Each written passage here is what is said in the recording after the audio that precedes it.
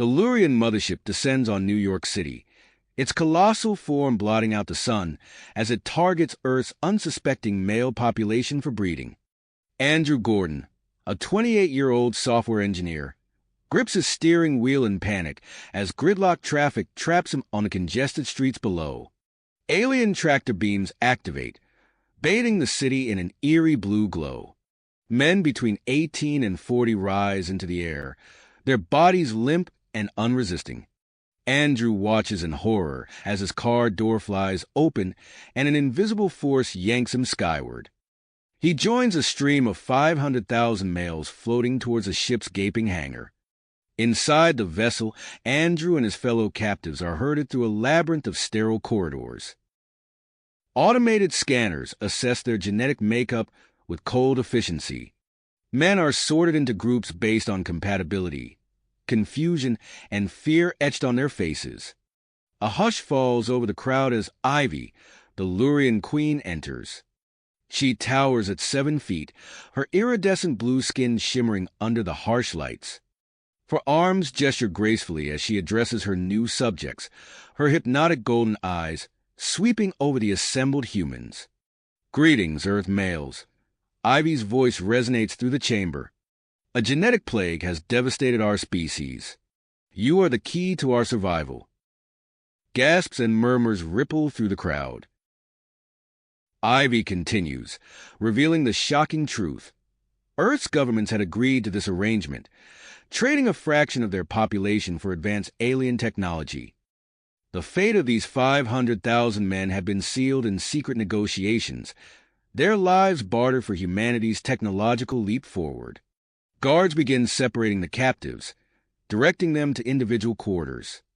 Andrew, still reeling from the revelation, finds himself singled out.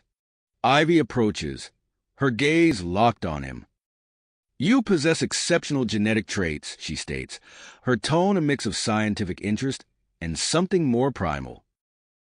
"You will be my primary consort, tasked with producing royal offspring." Andrew's mind races as Ivy personally escorts him to a luxurious suite. The ship rumbles beneath their feet, beginning its ascent back into space. As Earth shrinks in the viewport, the full weight of his new reality crashes down. He and 499,999 other men are now bound to a fate of interspecies reproduction, forever changed by this encounter with the Lurians. As Ivy's golden eyes bore into him, Andrew realizes his life as he knew it is over. A new chapter in human history has begun, and he stands at its forefront, whether he's ready or not. As the reality of his situation sank in, Andrew felt the ship lurch beneath his feet. Earth, his home, grew smaller in the viewport, a blue marble shrinking into the vastness of space. Queen Ivy's golden eyes held his gaze, a mix of scientific curiosity and primal hunger in their depths. "Come," she said, her melodic voice cutting through Andrew's daze. "I will show you to your quarters." The unique pleasures of Lurian physiology both thrilled and confused him, making it harder to view his situation as mere captivity. As he worked on implementing the cultural integration programs, Andrew couldn't shake the feeling that he was missing crucial information. The Lurians' desperation to save their species seemed genuine, but something nagged at him. His suspicions grew when he stumbled upon a hidden research facility during an authorized tour of the ship. Through a transparent partition, he observed Lurian scientists hunched over workstations, manipulating holographic representations of DNA strands.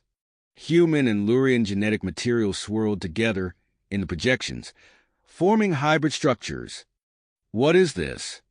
Andrew murmured, pressing closer to the partition.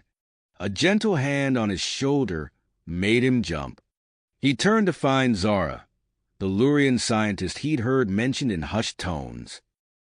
"The truth," she said simply, her eyes darting nervously to ensure they were alone. "Come with me. There's much you need to know." In a secluded alcove, Zara revealed the shocking reality behind the Lurians' genetic crisis. "The plague affecting our males wasn't natural," she explained, her voice barely above a whisper. It was the result of a failed experiment in genetic engineering. Our leaders thought they could create a superior Lurian, but instead, they brought us to the brink of extinction. Andrew's mind reeled. But why abduct humans? Surely there are other solutions. Zara's expression darkened. Some believe human DNA holds the key to reversing the damage. But I fear this path will lead to the destruction of both our species. As Andrew grappled with this revelation, the ship suddenly shuddered. Alarms blared, and Lurian security forces rushed past their hiding spot. "What's happening?" Andrew asked, his enhanced muscles tensing for action. Zara's eyes widened. "It's begun. The human resistance. They're making their move." In the lower levels of the ship, Marcus Bell led a group of human captives in a daring uprising. They had managed to overpower several Lurian guards and were attempting to seize control of a vital systems hub. Andrew's communication device chirped urgently. Ivy's voice came through, tight with concern. "Andrew, return to the upper levels immediately. We have a situation." As he raced through the corridors, Andrew's mind whirled with conflicting loyalties and the weight of his newfound knowledge. The ship trembled again, the sound of distant explosions echoing through the halls. He knew that whatever choice he made next would shape the future of both humans and Lurians forever. Andrew's mind raced as he sprinted through the trembling corridors of the Lurian mothership. The distant explosions grew louder, and the acrid smell of smoke began to permeate the air. As he rounded a corner, he nearly collided with a group of panicked Lurian civilians fleeing in the opposite direction. "Andrew," Ivy's voice crackled through his communication device again. "Meet me in the Central Command hub immediately." He changed course, his enhanced muscles propelling him forward with inhuman speed. When he arrived at the command hub, Andrew found Ivy surrounded by her advisors, their faces grim as they studied holographic displays of the ship's layout. "What's happening?" Andrew asked, his eyes scanning the chaotic scenes playing out on the screens. Ivy turned to him, her golden eyes filled with a mixture of concern and grit. "A human uprising has begun in the lower levels. They've managed to overpower some of our security forces and are attempting to seize control of critical systems." Andrew's heart sank as he realized the full implications of what was unfolding. His clandestine meetings with Marcus and the other resistance members flashed through his mind. Had he unwittingly played a part in this? Before he could process his thoughts, Ivy continued, "Andrew, I need you by my side now more than ever. Your unique position as a bridge between our peoples is crucial in this moment."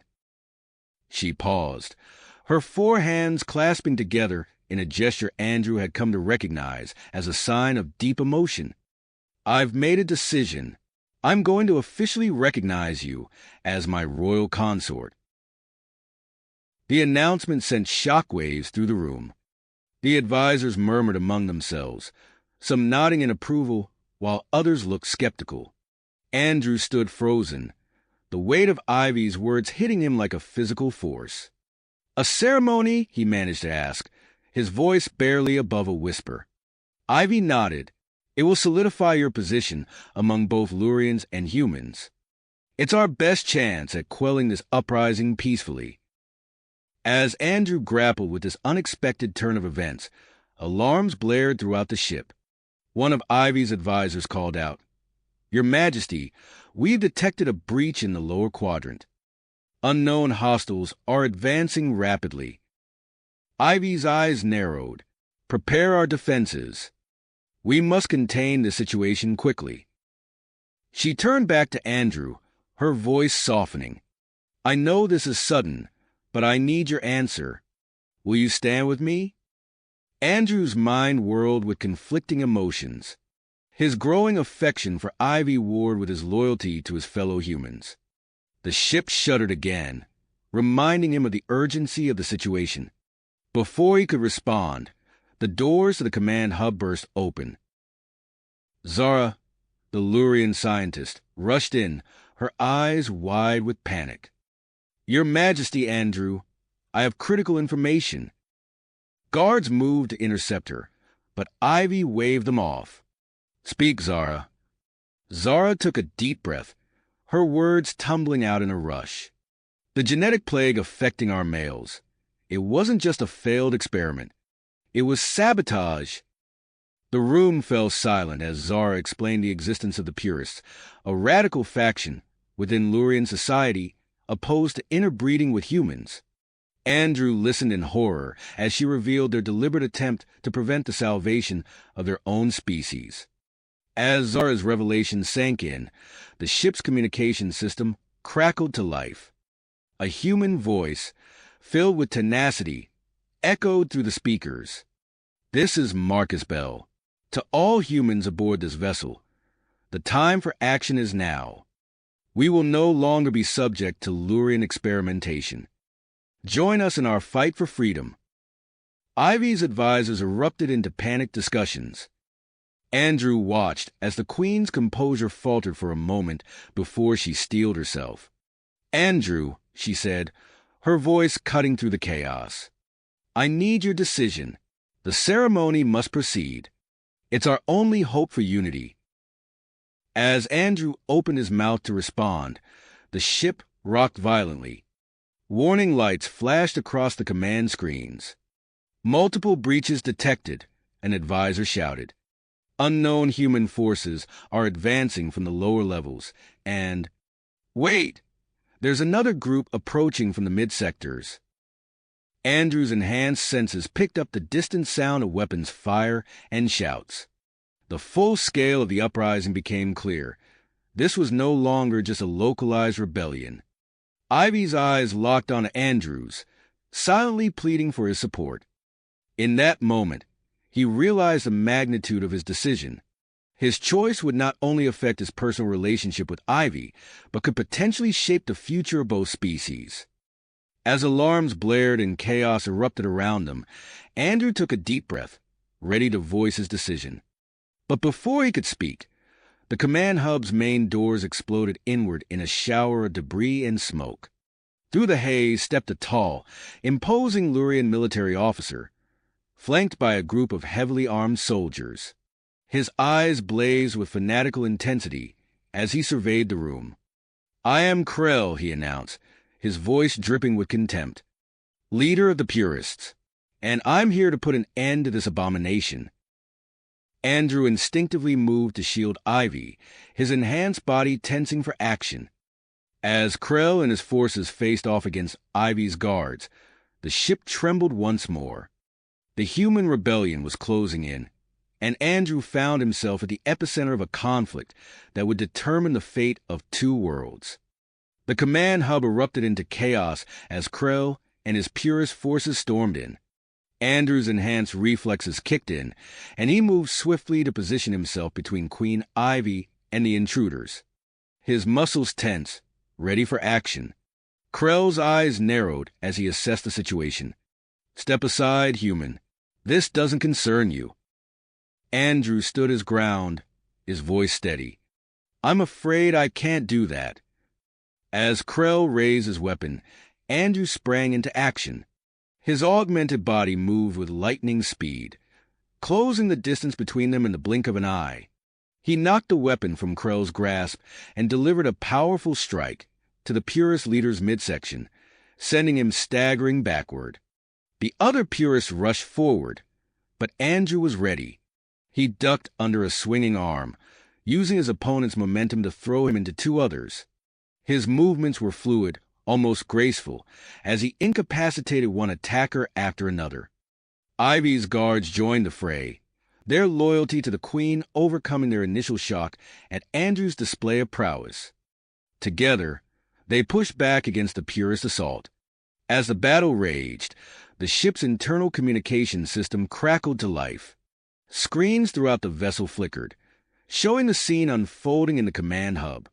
Humans and Lurians alike watched in awe as Andrew, a human enhanced by Lurian science, stood shoulder to shoulder with the Queen's guards. Suddenly, the doors burst open again. A human woman in a lab coat rushed in, her eyes wild with urgency. Queen Ivy.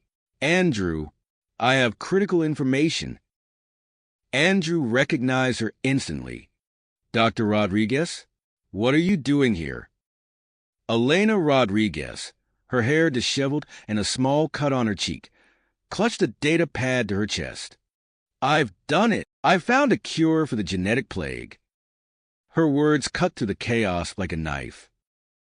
Even Krell, who had regained his footing, paused in disbelief. Ivy stepped forward, her voice calm despite the tumult around her. Explain, Doctor. Dr. Rodriguez tapped her data pad, projecting a holographic display of complex genetic sequences. The cure doesn't require human DNA.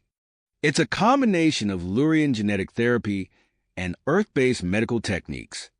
We can reverse the plague without further human abductions.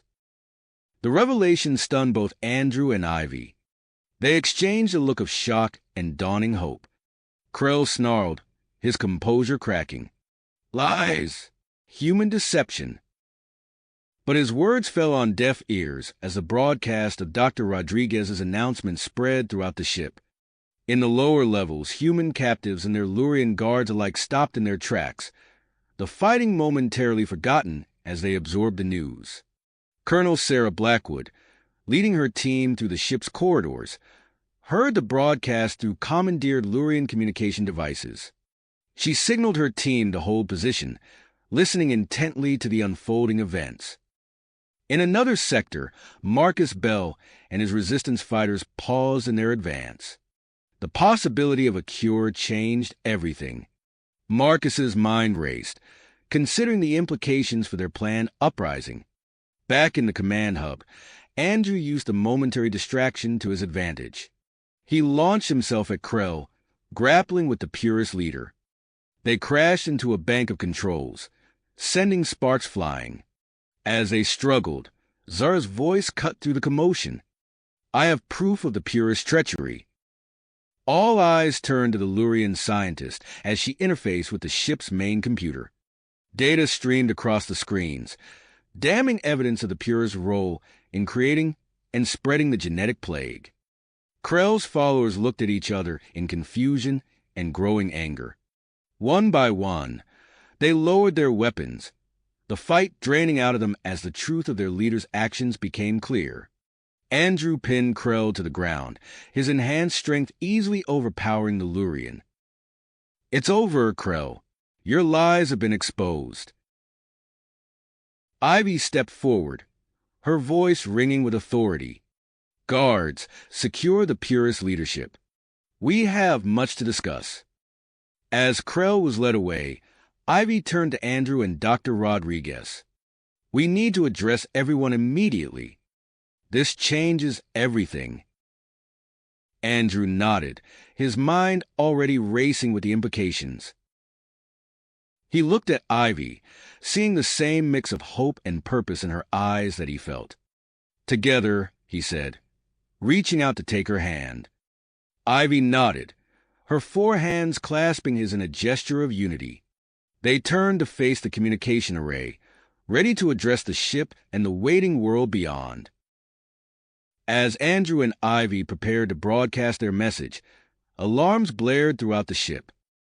An advisor called out, Your Majesty, we're detecting unauthorized access to the power core. Ivy's eyes widened in alarm. Krell's most fanatical followers. They're making a last desperate move. Andrew's enhanced senses picked up the distant sound of explosions. He turned to Ivy, his decision made.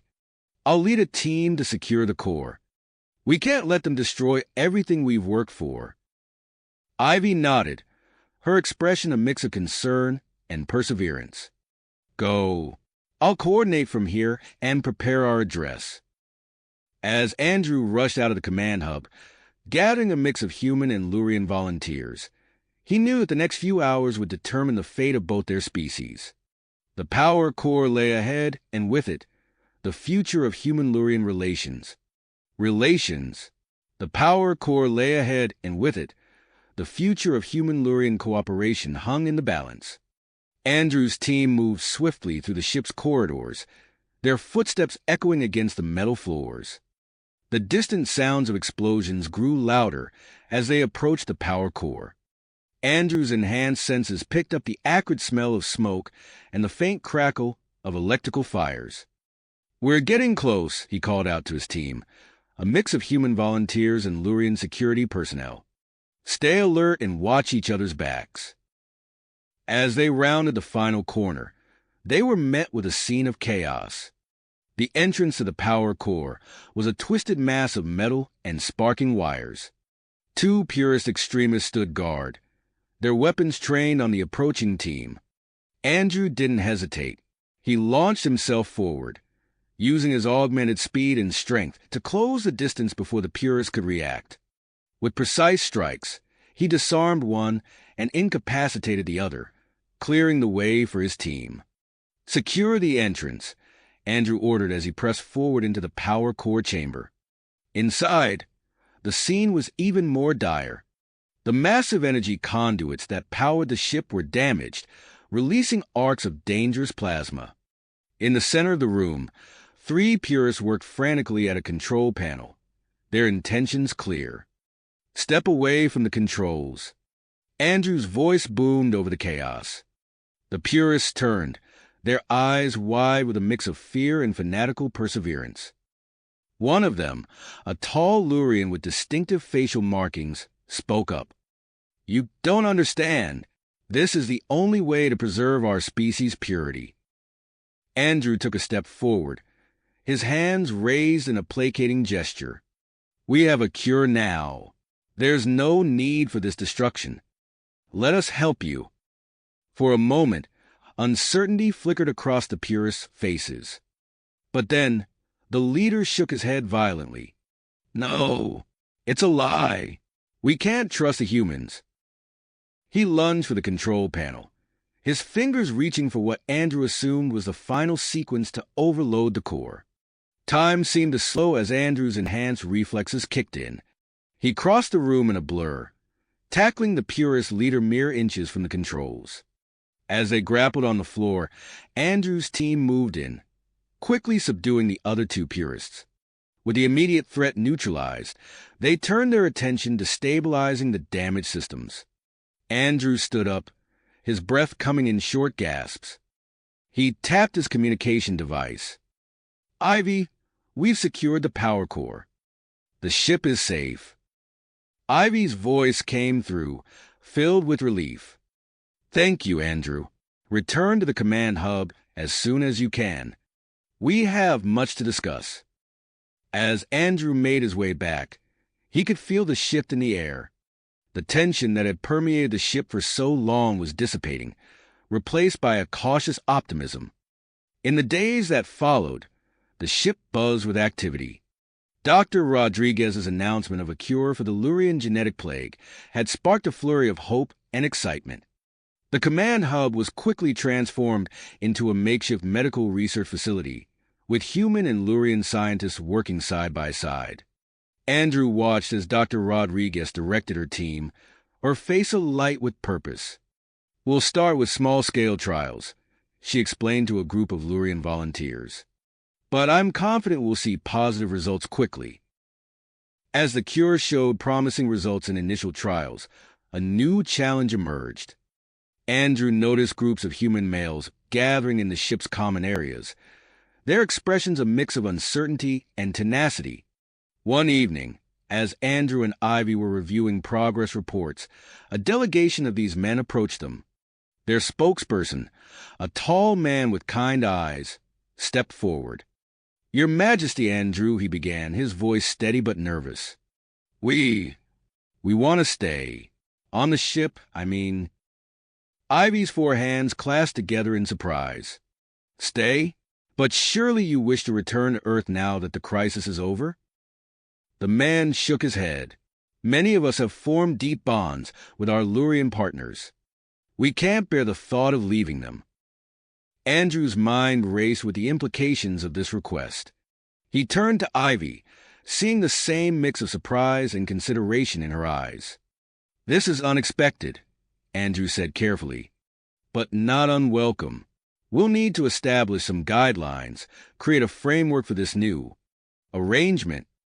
Ivy nodded, her expression thoughtful. Yes, a new governing body perhaps. An interspecies relations council to manage these complex relationships. As word spread of this development, the ship's atmosphere continued to evolve. Large sections of the vessel were redesigned, creating shared living spaces that catered to the needs of both humans and Lurians. Andrew found himself at the center of these changes, his unique perspective making him an invaluable asset in bridging the gap between the two species. He worked tirelessly, facilitating communication and understanding, often serving as a mediator in cultural misunderstandings. One evening, as Andrew and Ivy stood in the newly created observation deck, looking out at the stars, Ivy turned to him with a look of tenacity.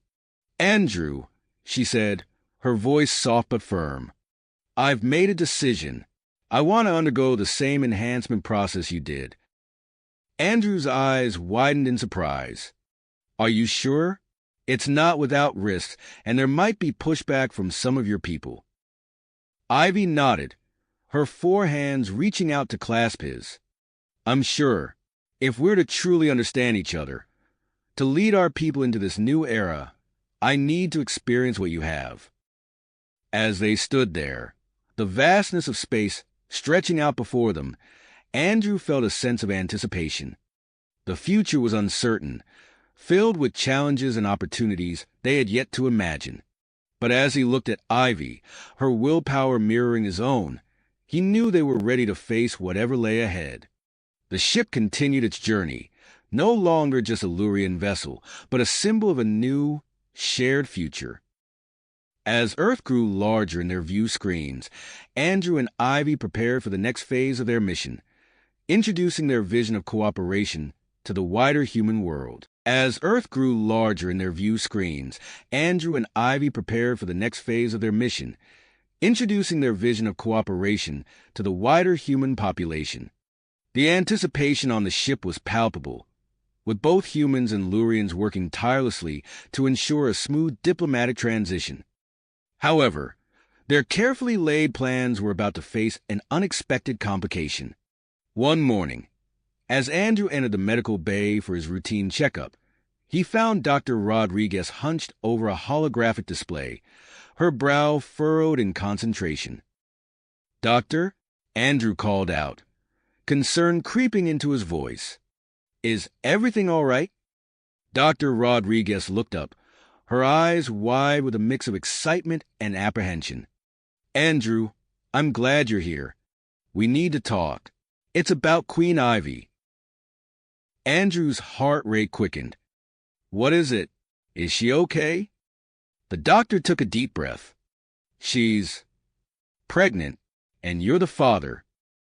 The words hit Andrew like a physical blow. He steadied himself against a nearby examination table, his mind turning. How is that possible? Dr. Rodriguez brought up a series of complex genetic charts on the holodisplay. It seems the genetic therapy that cured the plague had an unforeseen side effect. It's made human and Lurian DNA compatible in ways we never imagined. As the implications sank in, Andrew's shock gave way to a surge of conflicting emotions. Joy, fear, and a deep sense of responsibility washed over him. "Does Ivy know?" he asked, his voice barely above a whisper. Dr. Rodriguez shook her head. "Not yet. I wanted to confirm my findings before informing her. But there's more, Andrew. The fetus is developing at an accelerated rate. We're in uncharted territory here." Before Andrew could respond, the medical bay door slid open, revealing Queen Ivy. Her four hands were clasped tightly together, her expression a mix of confusion and concern. "Andrew? Dr. Rodriguez? What's going on?" Ivy asked, her eyes darting between them. Andrew moved to her side, gently taking one of her hands in his. "Ivy, we have some news. It's unexpected." As Dr. Rodriguez explained the situation, Ivy's expression cycled through shock, disbelief, and finally, a cautious wonder. She placed a hand on her abdomen, her eyes meeting Andrew's. "A child," she whispered. "Our child." The news spread quickly through the ship, eliciting a wide range of reactions. Many saw it as a symbol of hope, a living embodiment of human-Lurian cooperation. Others viewed it with skepticism or outright hostility. In the following days, the Interspecies Relations Council convened an emergency session to discuss the implications of the hybrid child. Andrew and Ivy found themselves at the center of heated debates about the legal status and future role of their unborn child. Meanwhile, Dr. Rodriguez and her team established a dedicated medical unit to monitor Ivy's pregnancy. The accelerated fetal development posed unique challenges, requiring constant vigilance and adaptation of their medical protocols. As Ivy's pregnancy progressed, Andrew found himself spending more and more time by her side, supporting her through the physical changes and emotional turmoil. This shift in focus did not go unnoticed, and tensions began to simmer among some human factions who feared Andrew was becoming too aligned with Lurian interests. One evening, as Andrew and Ivy stood in their private quarters, looking out at the approaching Earth, Ivy turned to him with a determined expression. "Andrew, I've made a decision," she said, her voice firm. "I want to lead the diplomatic mission to Earth myself." Andrew's eyes widened in surprise. "Are you sure?" With the pregnancy dash. Ivy cut him off gently. "It's because of the pregnancy that I must go. Our child represents the future of both our species. What better way to demonstrate our commitment to peace and cooperation?" As they discussed the implications of this decision, neither of them was aware of the growing threats that lurked in the shadows. In the lower levels of the ship, the captured purist leader Krell was using hidden communication channels to reach out to sympathizers both on the ship and on Earth. Krell's whispered messages spread like wildfire, sowing discord and laying the groundwork for a coordinated plan to disrupt the diplomatic mission. His reach extended further than anyone suspected, touching even members of Earth First, the anti-Lurian movement led by Victor Hawthorne. As the date of the Earth mission approached, a series of mysterious malfunctions began to plague the mothership. Critical systems experienced intermittent failures, creating an atmosphere of unease and suspicion. Colonel Sarah Blackwood and her security team worked tirelessly to uncover the source of these disruptions. During a briefing with Andrew, she revealed a disturbing discovery. "We've intercepted communications suggesting Earth First is planning to disrupt the delegation's arrival in New York," Blackwood reported, her expression grim. "We're implementing advanced security measures, including a network of cloaked satellites to monitor potential threats." Andrew nodded, his mind racing with the implications. "Good work, Colonel. We need to be prepared for anything." As he left the briefing, Andrew couldn't shake the feeling that they were missing something crucial. The malfunctions on the ship, the threats from Earth First, it all seemed too coordinated to be coincidental. His suspicions were confirmed when he stumbled upon evidence suggesting a mole within the Interspecies Security Task Force. The revelation sent a chill down his spine. With the diplomatic mission hanging in the balance and Queen Ivy's safety at risk, Andrew knew he had to act fast. As the mothership entered Earth's orbit for the first time since the initial abduction of human males, a global media frenzy erupted. Military forces worldwide were placed on high alert, unsure whether to treat the ship as a diplomatic vessel or a potential threat. Aboard the ship, final preparations for the Earth mission were underway. Dr. Rodriguez, concerned about the potential health implications for Ivy and the hybrid fetus, insisted on accompanying the diplomatic team as a medical advisor. As Andrew raced against time to identify the traitor within their ranks, he couldn't help but feel the weight of responsibility pressing down on him. The success of the diplomatic mission, the future of human-Lurian relations, and the safety of Ivy and their unborn child all hung in the balance. With Earth looming large in the viewports and the countdown to the mission's launch ticking away, Andrew knew that the true test of their vision for cooperation was about to begin. And somewhere out there, hidden in the vast expanse of space or the sprawling cities of Earth, their enemies were waiting, ready to strike at the heart of everything they had worked so hard to build.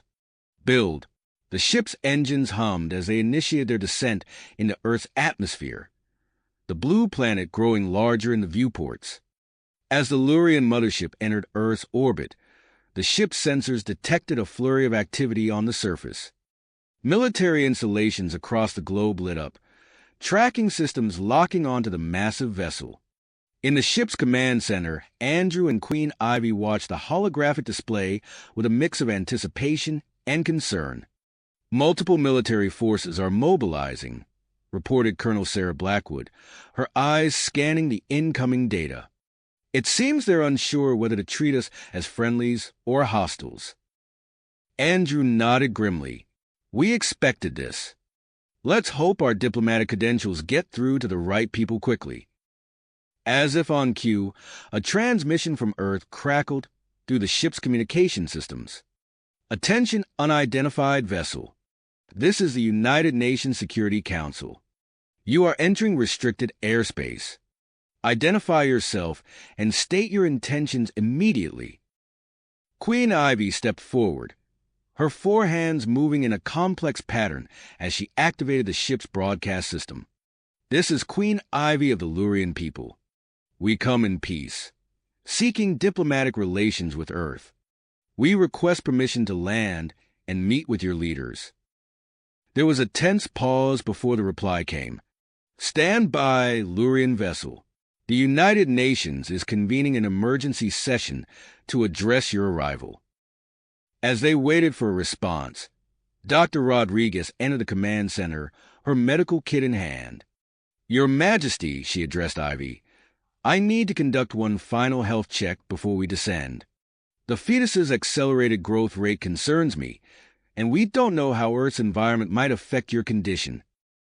Ivy nodded, following the doctor to a nearby examination area. Andrew watched, his brow furrowed with worry.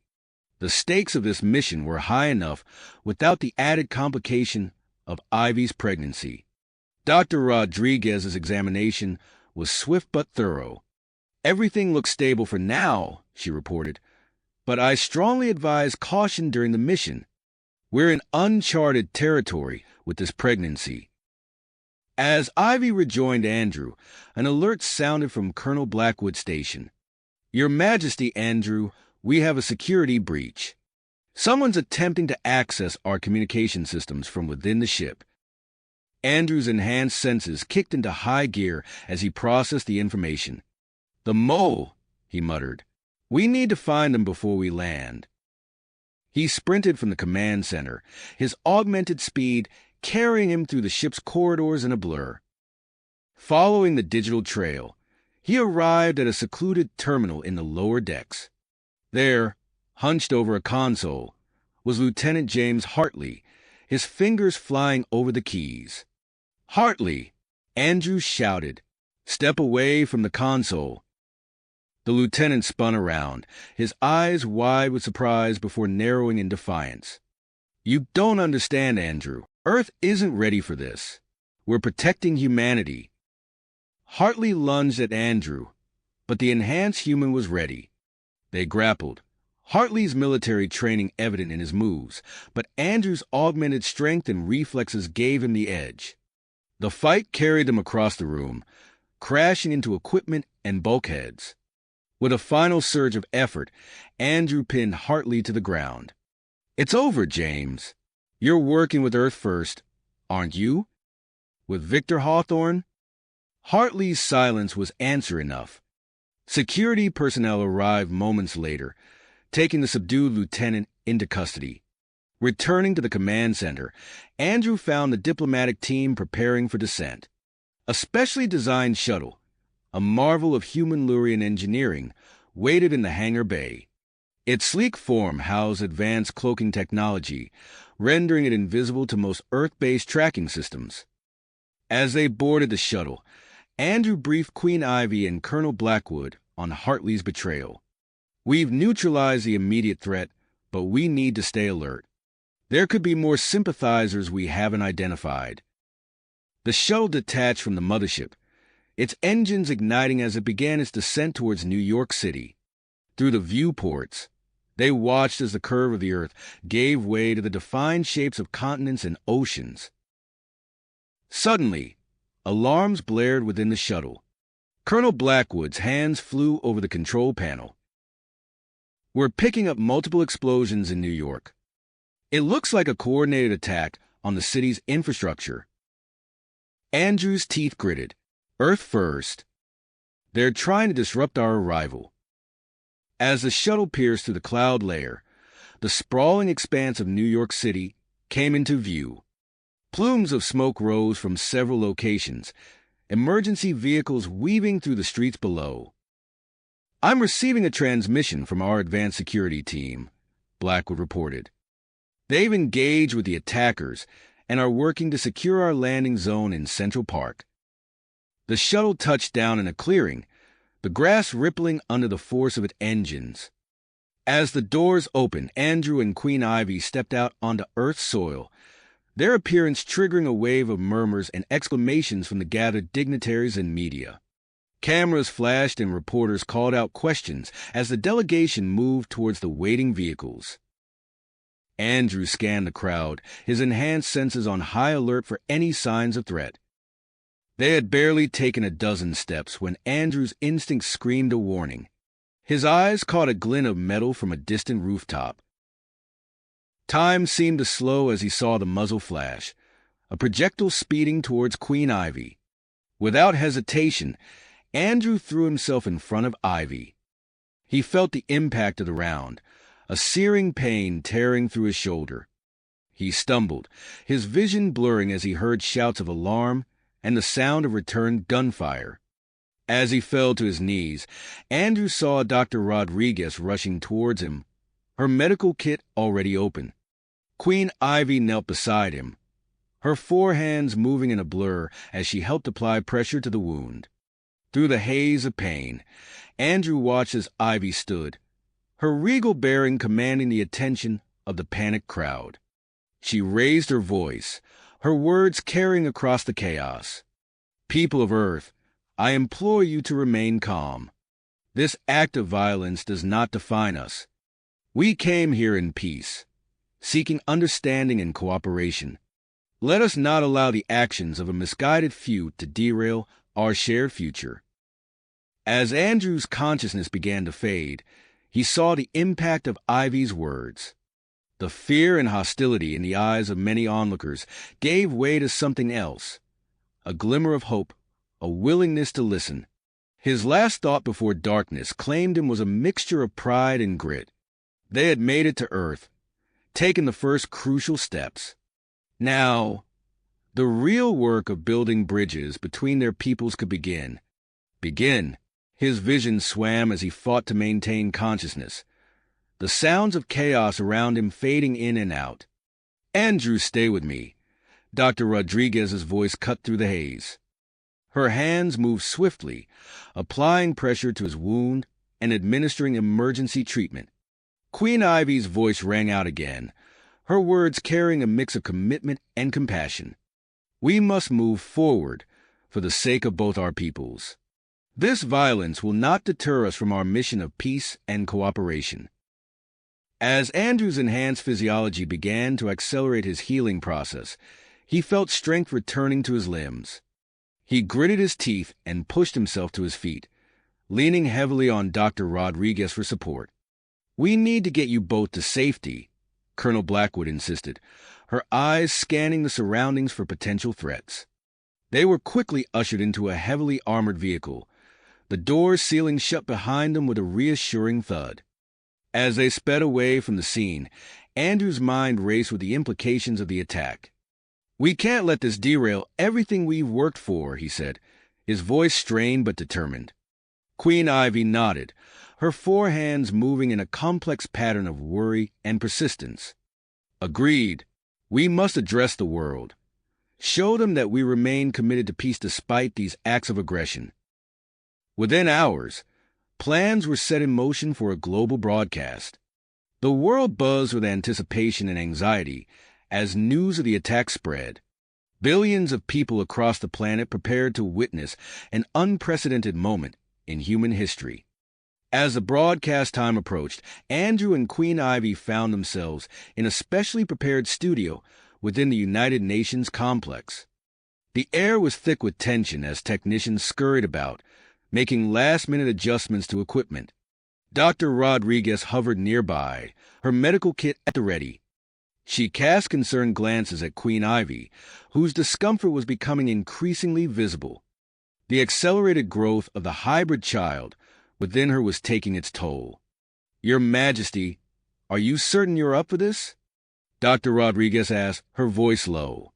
Ivy nodded, her expression a mix of persistence and discomfort. "We must proceed. The future of our peoples depends on it." Suddenly, alarms blared throughout the complex. Colonel Blackwood's voice crackled over the communication system. "Security breach. All personnel on high alert." Andrew's enhanced senses kicked into overdrive as he scanned the room for potential threats. His eyes locked onto a figure moving suspiciously near the broadcast equipment. Without hesitation, Andrew lunged forward, his partially healed wound protesting the sudden movement. He collided with the intruder, sending them both crashing to the ground. "Victor Hawthorne," Andrew growled, recognizing the leader of Earth first beneath the technician's disguise. Hawthorne struggled against Andrew's grip, his eyes wild with fanaticism. "You can't do this," he spat. "You'll destroy humanity." Colonel Blackwood and her team swarmed in, quickly subduing Hawthorne. As they led him away, Andrew noticed him pressing a hidden device in his palm. "He sent a message," Andrew warned, his enhanced vision catching the brief flash of transmission. Before they could react further, a technician called out, "We're live in 60 seconds." Andrew and Queen Ivy exchanged a look of shared perseverance. They took their positions before the cameras, ready to address the world. As the red light blinked on, signaling the start of the broadcast, Andrew began to speak. His voice, steady and clear, carried across the airwaves to billions of listeners around the globe. "People of Earth, we come before you today in a spirit of openness and cooperation. The events of the past hours have shown that there are those who fear change, who would resort to violence to prevent our peoples from coming together. But we stand here undeterred because we believe in a future where humans and Lurians can coexist and thrive together." Queen Ivy continued, her voice resonating with regal authority. "We acknowledge the circumstances that brought us to this point. The abduction of human males, the genetic plague that threatened our species. These actions, born of desperation, do not define who we are or who we aspire to be. We seek your understanding, your forgiveness, and your partnership as we move forward into a new era of interspecies cooperation." As they spoke, translations in multiple languages scrolled across screens worldwide, ensuring their message reached every corner of the globe. The broadcast continued, with Andrew and Ivy addressing the complex history between their species and outlining their vision for the future.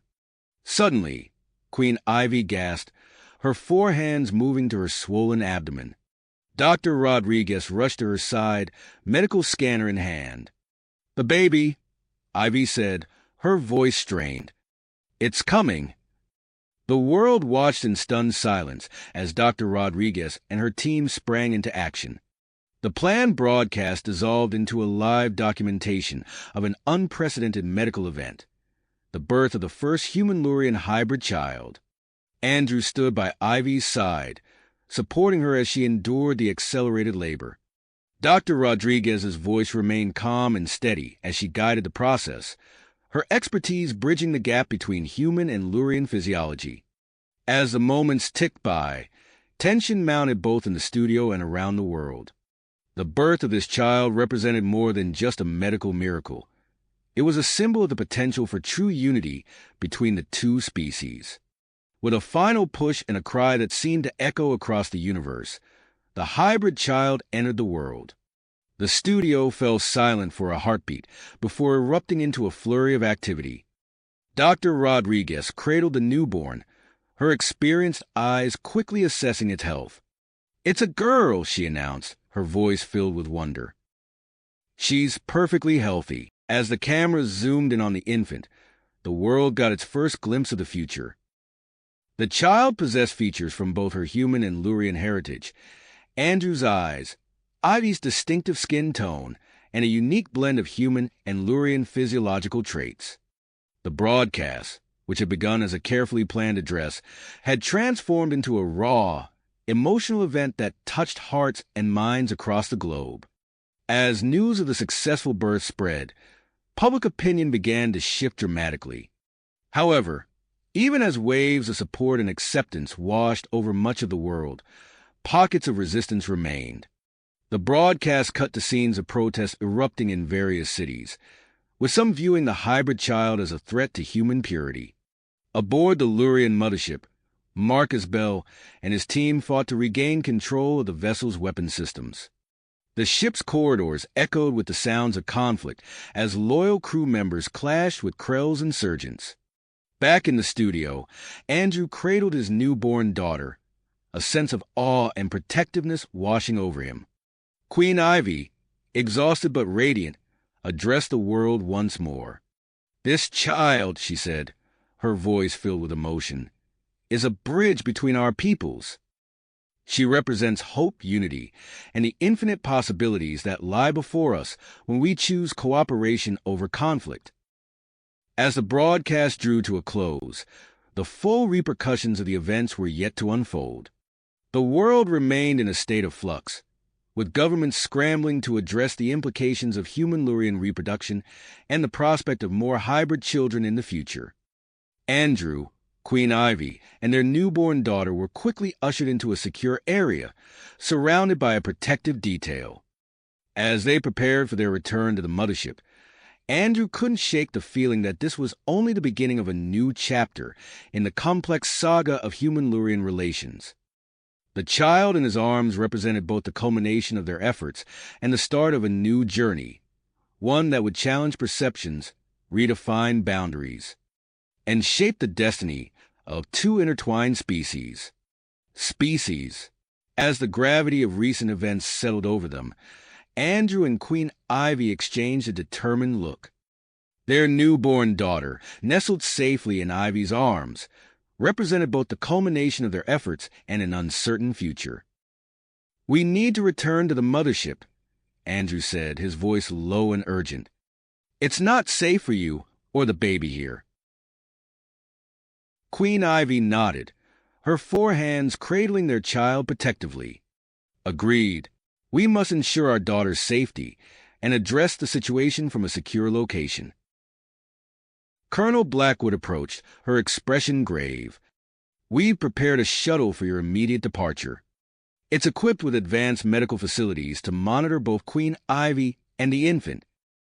As they made their way to the launch pad, Andrew's enhanced senses remained on high alert. The air thrummed with tension, the aftermath of the broadcast still rippling across the globe. They boarded the shuttle, a sleek craft that melded human and Lurian technology. Dr. Rodriguez joined them, her medical kit at the ready. As the engines hummed to life, Andrew caught a glimpse of the crowd gathered beyond the security perimeter, a sea of faces displaying a mix of awe, fear, and hope. The shuttle lifted off, quickly ascending through the atmosphere. Andrew watched through the viewport as the curve of the earth came into view, a breathtaking sight that momentarily distracted him from their precarious situation. Suddenly, alarms blared throughout the shuttle. The pilot's voice crackled over the intercom. "We're under attack. Brace for evasive maneuvers." Andrew's body tensed as the shuttle jerked violently. Through the viewport, he saw flashes of weapons fire streaking past him.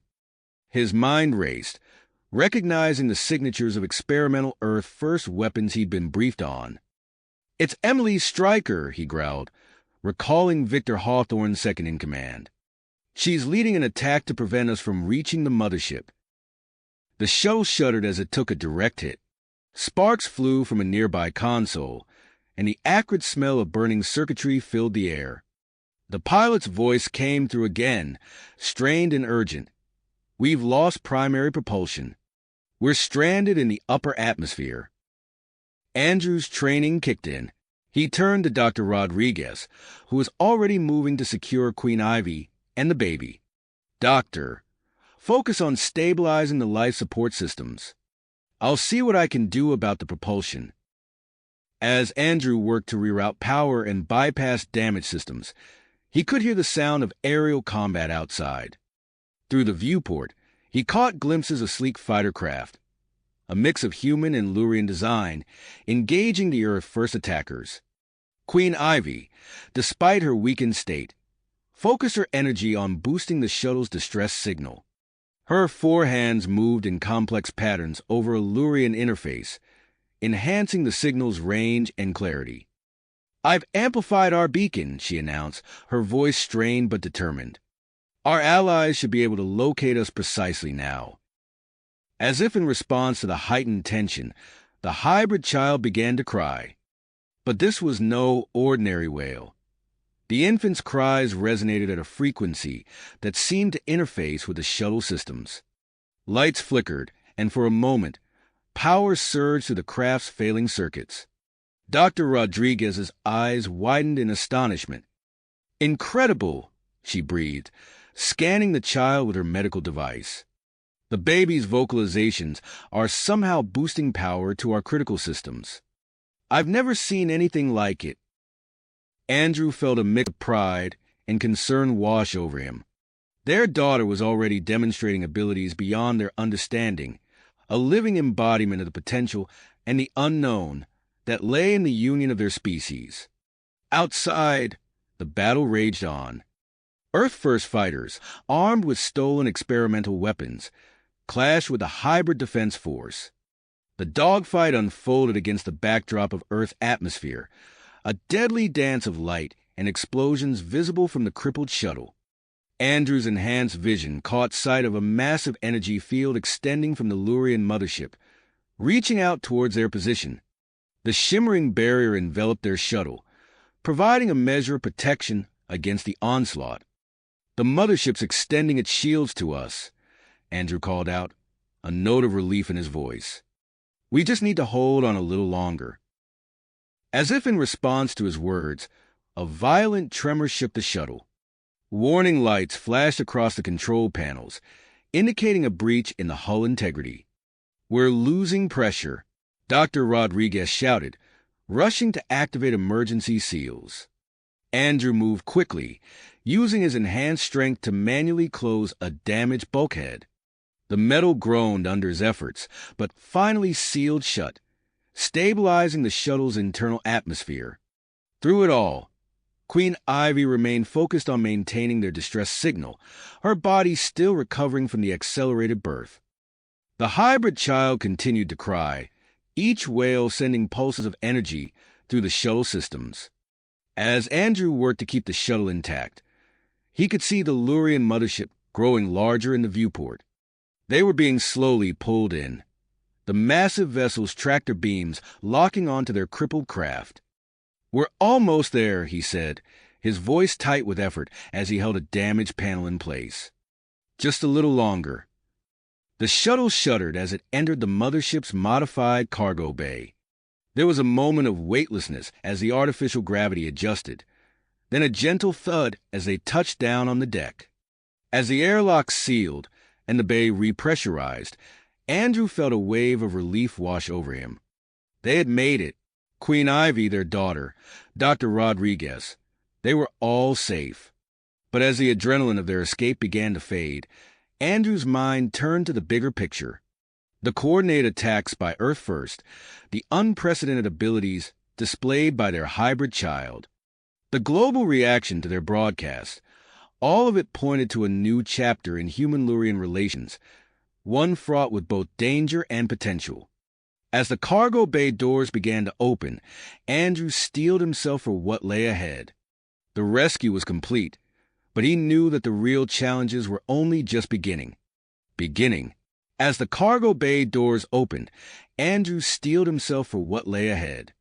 The rescue was complete, but a new chapter was unfolding rapidly.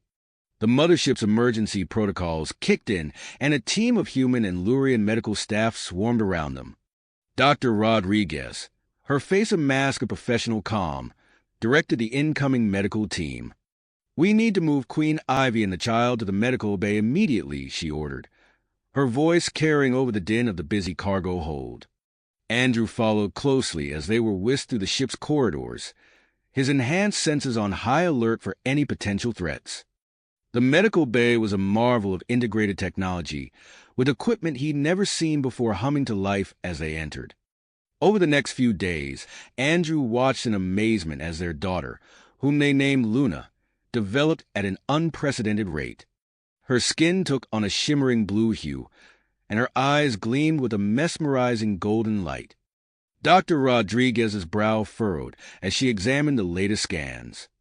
"I've never seen anything like this," she murmured, her eyes wide with wonder. "Luna's cellular structure is evolving by the hour.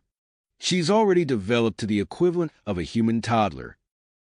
As they marveled at Luna's rapid growth, the ship's communication system crackled to life. Colonel Blackwood's voice, tense and urgent, filled the room. "Andrew, Queen Ivy, we have a situation. Earth is under attack. Earth First and Krell's forces have launched coordinated strikes against major cities worldwide. Infrastructure is crumbling, and the United Nations is calling for our help." Andrew's face hardened. He exchanged a look with Ivy, seeing his own grit reflected in her eyes. "We need to respond," Ivy said, her voice firm. "We can't let Earth fall to chaos." Andrew nodded, his mind already racing with possibilities. "We'll form a joint task force, human and Lurian experts working together to combat this crisis." Within hours, the human-Lurian emergency response team was assembled. Marcus Bell, his face grim but resolute, stepped forward to accept his role as human co-commander. "I never thought I'd be fighting alongside Lurians," he said, a hint of a smile breaking through his serious demeanor. "But I'm honored to lead this team." Zara, the Lurian tactician, inclined her head in acknowledgement.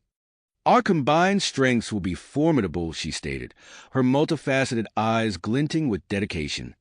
As the team prepared for their mission, Andrew faced a difficult decision.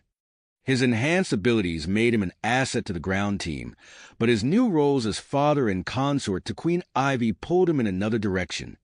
Ivy placed a hand on his arm, her touch conveying understanding. "Go," she said softly. "Earth needs you. Luna and I will be safe here." With a heavy heart, Andrew joined Hlurd on the dropship. The vessel was a testament to human-Lurian cooperation, sleek and powerful. As they prepared for launch, the ship's sensors lit up with new information. "Unknown vessels detected," the ship's AI announced. "Approaching from the outer solar system." Tension filled the air as the implications sank in. Andrew's mind raced with possibilities, but there was no time to speculate. Earth couldn't wait. The drop ship detached from the mothership, its cloaking technology engaging as they began their descent towards Earth. New York City lay ahead, a maze of broken infrastructure and chaos. Marcus leaned forward, studying the tactical display. "Those anti-aircraft batteries are going to be a problem," he muttered. Andrew's enhanced vision picked up details the sensors missed. "There," he pointed, "the Earth First Command Center. If we can take that out, we might be able to turn the tide." As they weaved through the city's skyline, evading enemy fire, Andrew felt the weight of their mission. The future of human-Lurian relations hung in the balance, with the added complication of an unknown force approaching from space. The drop ship touched down in a cleared area, and Hlurd poured out, weapons at the ready. Andrew led a small squad towards the enemy command center, his senses alert for any sign of danger. As they moved through the ravaged streets of New York, The sounds of battle echoed around them.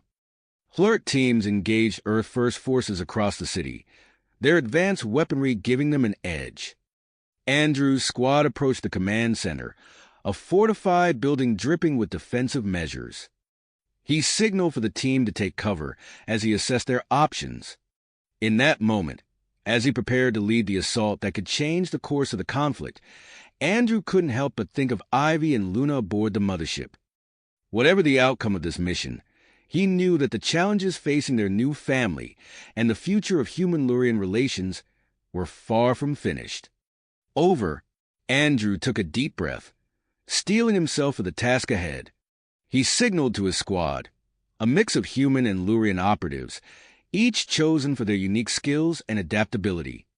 Remember, our primary objective is to neutralize the command center without casualties if possible, Andrew said, his voice low but firm. Use non-lethal force unless absolutely necessary. The squad acknowledged with silent nods, their Lurian-designed weapons humming softly with energy. As they moved through the debris-strewn streets, Andrew's enhanced senses picked up the faintest sounds of movement and the acrid smell of smoke and burning electronics. Suddenly, a burst of gunfire erupted from a nearby building. Earth First extremists, their faces contorted with a mix of fear and hatred, opened fire on the Flirt squad. Andrew reacted instantly, his reflexes allowing him to dodge the incoming bullets while simultaneously returning fire with his non-lethal weapon. "Take cover!" he shouted, diving behind an overturned vehicle. The air crackled with energy as the Flirt team engaged their attackers. Lurian stun bolts illuminated the darkened street, their eerie blue glow a stark contrast to the orange flashes of human weapons. Andrew's squad moved with practiced precision, outmaneuvering the Earth First forces and gradually pushing them back. As the skirmish died down, Andrew's calm unit crackled to life. Marcus Bell's voice came through, tinged with frustration and urgency. "Andrew, we're making progress on the infrastructure front, but these Earth First booby traps are slowing us down. How's your approach to the command center coming?" Andrew surveyed the area, his enhanced vision picking out details in the gloom. "We're close, Marcus. Just encountered some resistance, but we're pushing through. Any word from the mothership?" There was a pause before Marcus replied, his voice tight. "That's complicated. We've got reports of some kind of internal situation up there. Ivy's handling it, but details are scarce. Focus on your mission for now." Andrew's brow furrowed with concern, but he pushed the worry aside. He had to trust that Ivy could handle whatever was happening up there. Right now, his team needed his full attention. As they approached the Earth First Command Center, the true extent of the extremist preparations became clear. The building was a fortress, dripping with a mix of human and Lurian defenses. Automated turrets tracked their movement, while energy shields shimmered around key entry points. Andrew studied the defenses, his mind racing through possible strategies. Then he noticed something peculiar, a subtle fluctuation in the energy shields, a pattern that seemed oddly familiar. "Wait," he murmured, his eyes narrowing. "That's shielding technology. It's not just reverse-engineered Lurian tech.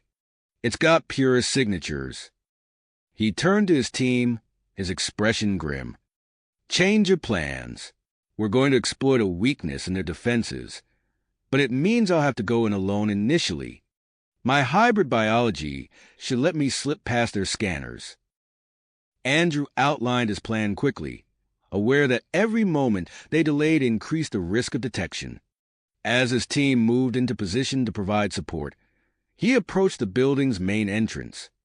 Taking a deep breath, he focused on the unique aspects of his hybrid physiology.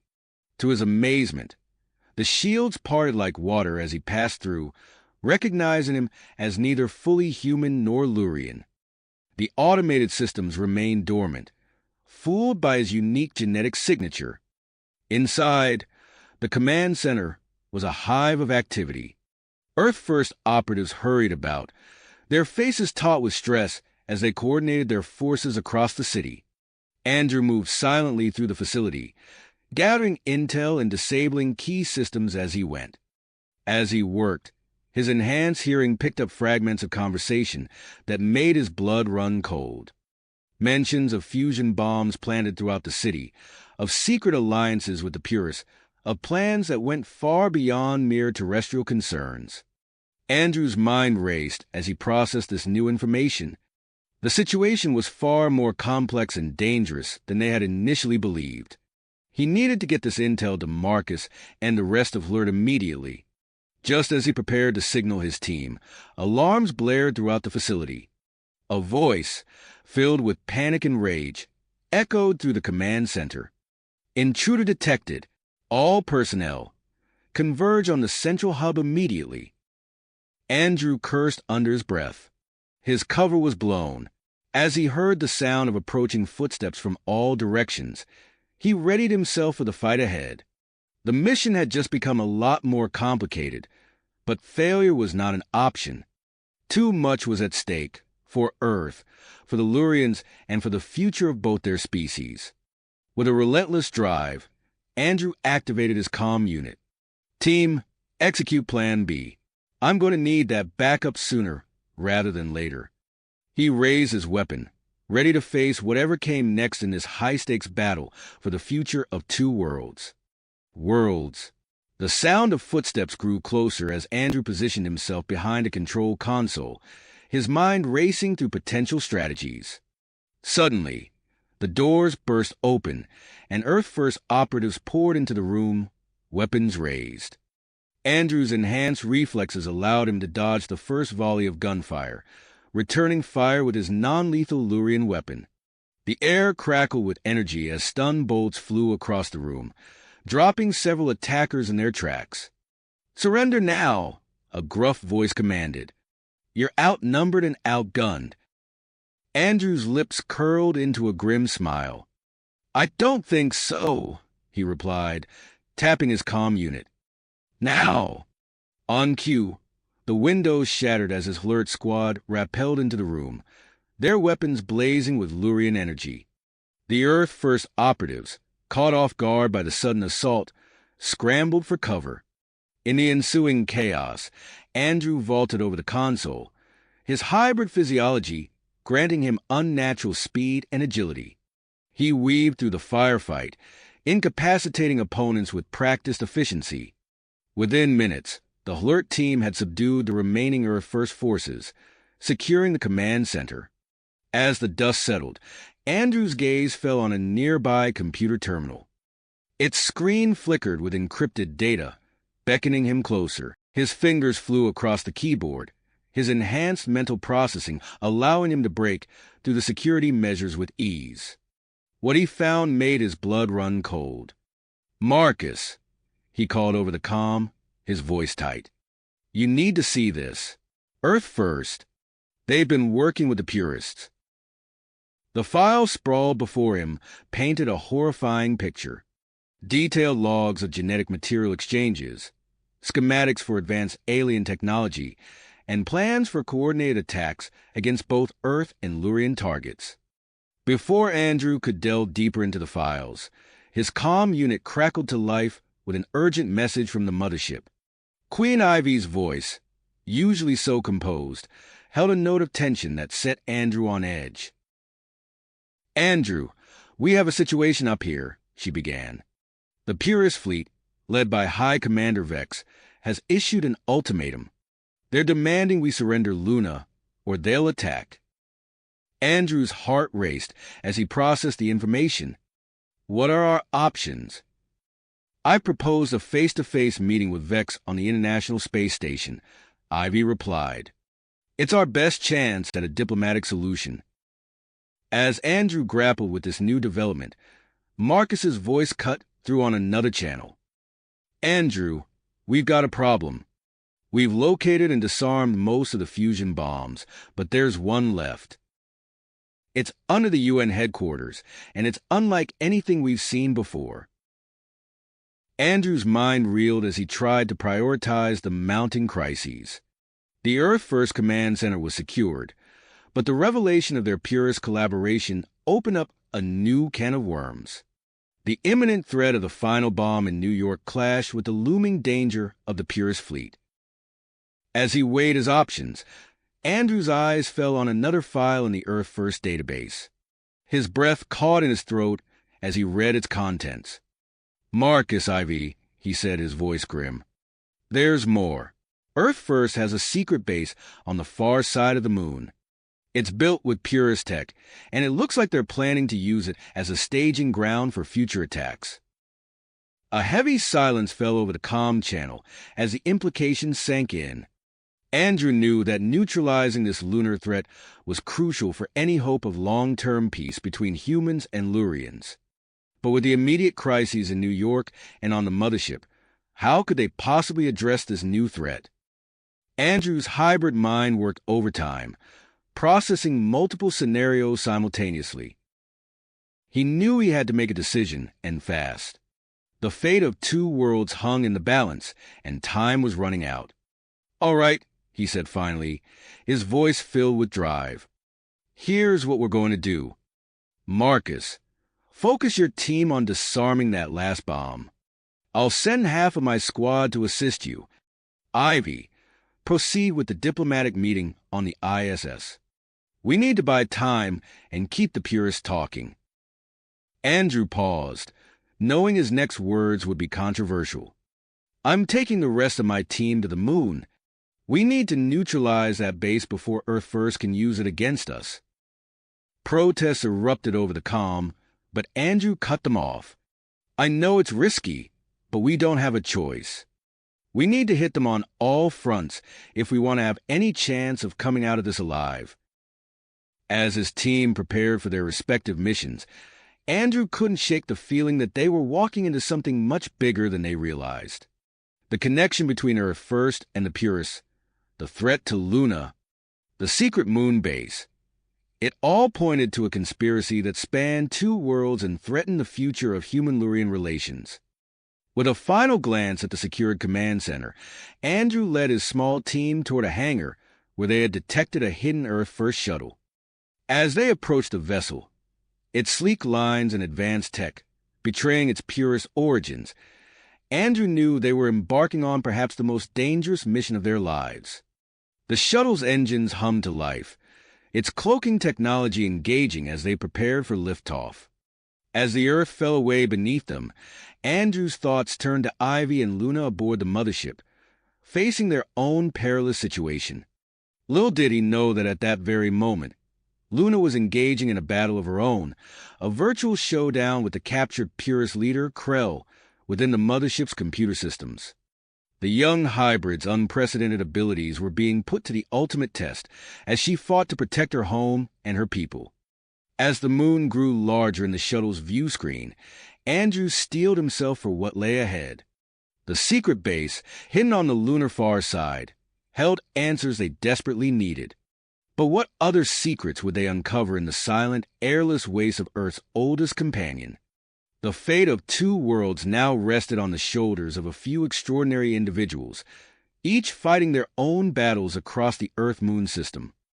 As Andrew's shuttle approached the lunar surface, he knew that the next few hours would determine the future of human-Lurian relations, and possibly the survival of both species.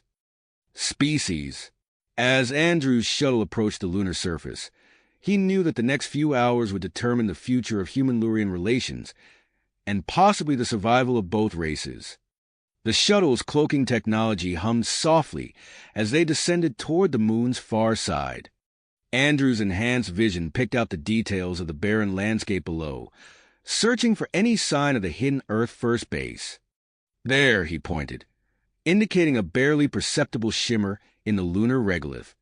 "That distortion matches the purist shielding we encountered at the command center." As they touched down a safe distance from the base, Andrew's team moved with practiced efficiency, donning their specialized exosuits. These suits, a marvel of human-Lurian engineering, would allow them to operate in the harsh lunar environment while maintaining their agility and combat effectiveness. Andrew activated his suit's comm system. "Remember, We're here to gather intel and neutralize the threat. Stay alert. We don't know what kind of defenses they've cobbled together with that purist tech." The team acknowledged, their faces set with steadfast perseverance behind their visors.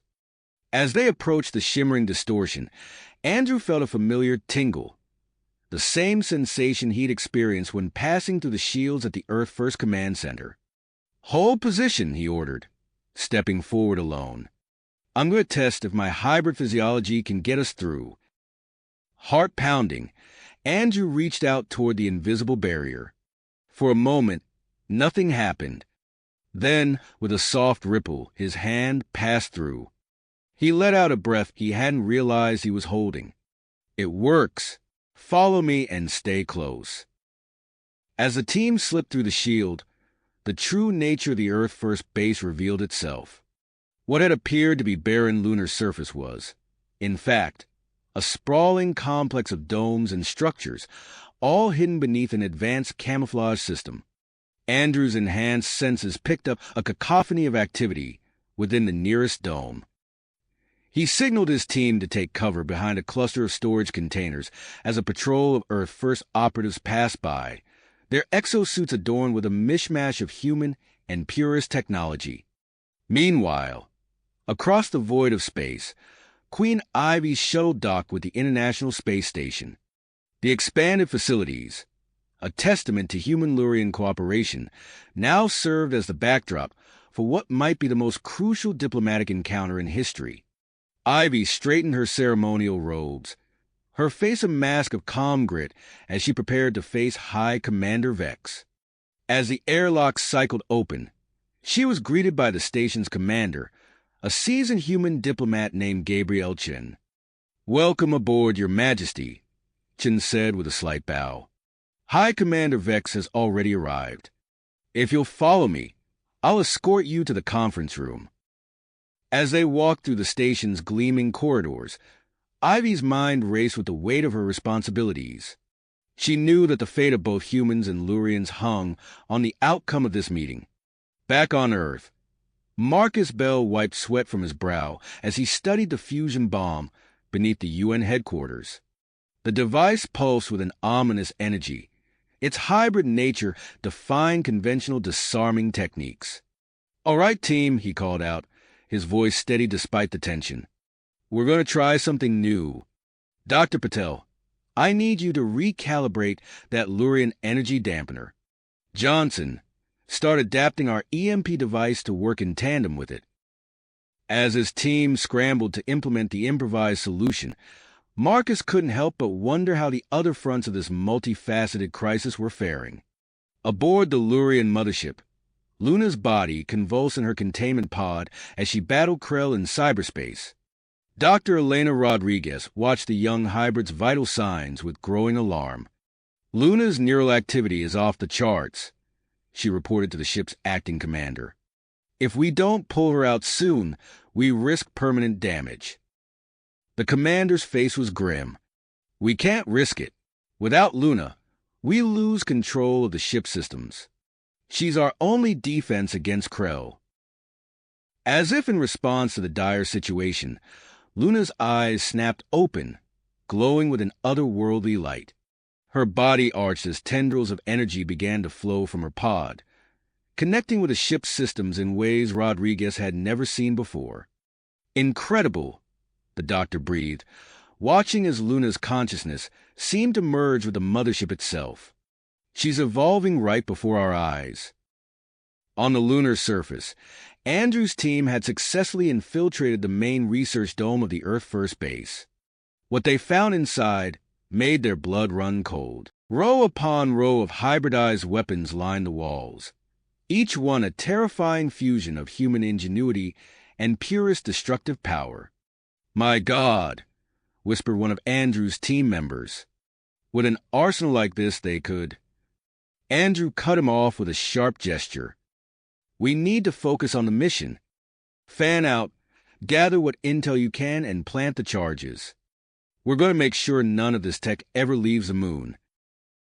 As the team moved to carry out their tasks, Andrew's enhanced hearing picked up a fragment of conversation from a nearby lab. His eyes widened as he processed what he was hearing. "Sir," he said into his comm, his voice tight with urgency, "we have a new problem. It's not just weapons they're developing here. They're working on some kind of biological agent, something that targets Lurian DNA." The implications of this discovery sent a chill through Andrew's hybrid body. As he moved deeper into the Earth First Base, he knew that the stakes of their mission had just become even higher. Higher. Andrew's heart raced as he processed the implications of this biological weapon. He knew they had to act fast to prevent this threat from becoming a reality. Suddenly, alarms blared throughout the facility. Andrew's team froze, exchanging worried glances. "We've been detected," Andrew said, his voice tense. "Everyone, prepare for engagement." As if on cue, a group of Earth First operatives burst into the room, their weapons raised. Andrew's team scattered, taking cover behind lab equipment and storage containers. The air filled with the sizzle of energy weapons and the sharp crack of gunfire. Andrew's hybrid reflexes allowed him to dodge incoming fire with inhuman speed, returning volleys with deadly accuracy. In the midst of the chaos, Andrew spotted a figure fleeing through a side door. The man's lab coat and the way others deferred to him marked him as someone important. "Cover me," Andrew shouted to his team. "I'm going after their leader." He sprinted after the fleeing scientist, his enhanced muscles propelling him forward with incredible speed. As he burst through the door, he found himself in a massive hangar filled with prototype ships and weapons, each more advanced and terrifying than the last. At the far end of the hangar stood the scientist, his hands flying over a control panel. Andrew recognized him from intelligence briefings. Dr. Victor Hawthorne, the mastermind behind Earth First's most advanced weapons programs. "Step away from the console, Hawthorne," Andrew called out, his weapon trained on the scientist. Hawthorne turned, a manic gleam in his eyes. "You're too late," he sneered. "Our plan is already in motion. Soon, the solar system will be ours." Before Andrew could respond, a tremor shook the entire base. Warning lights flashed as an automated voice announced, "Shield failure imminent. Structural integrity compromised." Andrew realized with a start that his earlier interface with the base's defenses must have had unintended consequences. The entire facility was about to be exposed to the harsh lunar environment. "We need to evacuate now," Andrew shouted into his comm. "All units, fall back to the shuttle." As his team acknowledged the order, Andrew faced a difficult decision. He could pursue Hawthorne and potentially gain crucial intelligence, or ensure his team's safe evacuation. In that split second, Andrew made his choice. He lunged forward, tackling Hawthorne just as the scientist was about to enter an escape pod. The two grappled on the hangar floor as the base shuddered around them. "You don't understand," Hawthorne gasped as Andrew pinned him down. "We're trying to save humanity." "By starting a war that could destroy 3 species?" Andrew retorted. "You're going to answer for your crimes."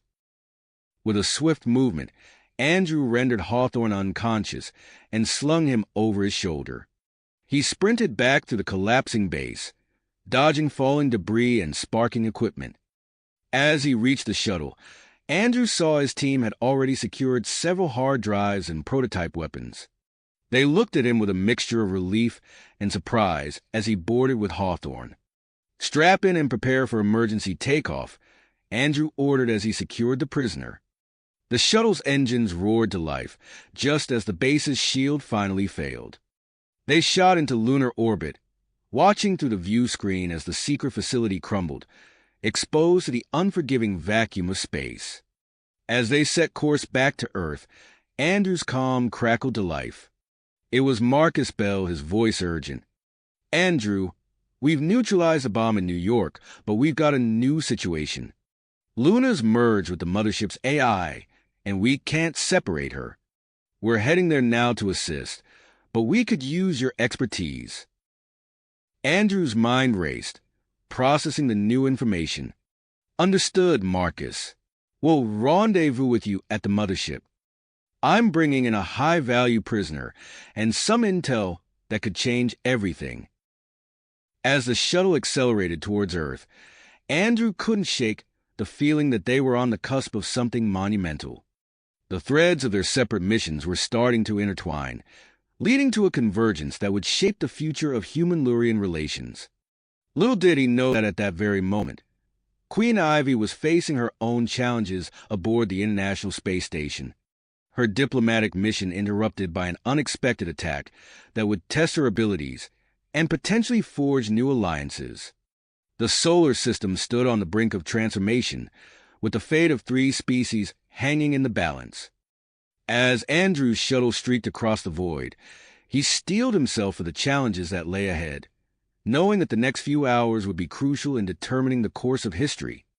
The shuttle streaked across the void, carrying Andrew and his team back to Earth. As they approached their home planet, Andrew's comm crackled with an urgent message from Dr. Elena Rodriguez aboard the Lurian mothership. "Andrew, we need you here immediately." Rodriguez's voice was tense. "Luna's condition has become critical. We're attempting a risky procedure to separate her consciousness from the ship's AI." Andrew's heart raced. "Understood. We're changing course now." He relayed the new coordinates to his pilot, then turned to secure the unconscious Dr. Hawthorne. As the shuttle altered its trajectory, Andrew briefed his team on the situation aboard the mothership. Upon docking, Andrew was met by Marcus Bell, his face etched with worry. "Glad you're here," Bell said, leading Andrew through the corridors. "We've developed a hybrid neural interface device. It's our best shot at safely disengaging Luna's mind." They entered the medical bay, where Luna lay suspended in a containment pod, her body pulsing with energy. Dr. Rodriguez stood at a console, her fingers flying over the controls. "We're ready to begin," she announced as Andrew and Bell took their positions. The room hummed with tension as Rodriguez initiated the separation process. Luna's body convulsed, arching against her restraints. Energy crackled around her, causing the ship's lights to flicker. "Her neural patterns are destabilizing," Rodriguez called out, her voice tight. "We're losing her." Andrew stepped forward, placing his hand on the pod. "Luna, if you can hear me, focus on my voice. Remember who you are. Come back to us." For a moment, nothing changed. Then, slowly, Luna's body began to settle. The energy surrounding her coalesced, seeming to sink into her skin. Before their eyes, Luna's appearance began to shift. Her features, once those of a child, matured rapidly. Her skin took on a shimmering quality, reminiscent of her Lurian heritage, while her human characteristics became more pronounced. In a matter of minutes, the hybrid child had transformed into a young adult, her appearance a perfect blend of human and Lurian traits. Luna's eyes snapped open, glowing with an otherworldly light. She sat up, looking at her hands in wonder.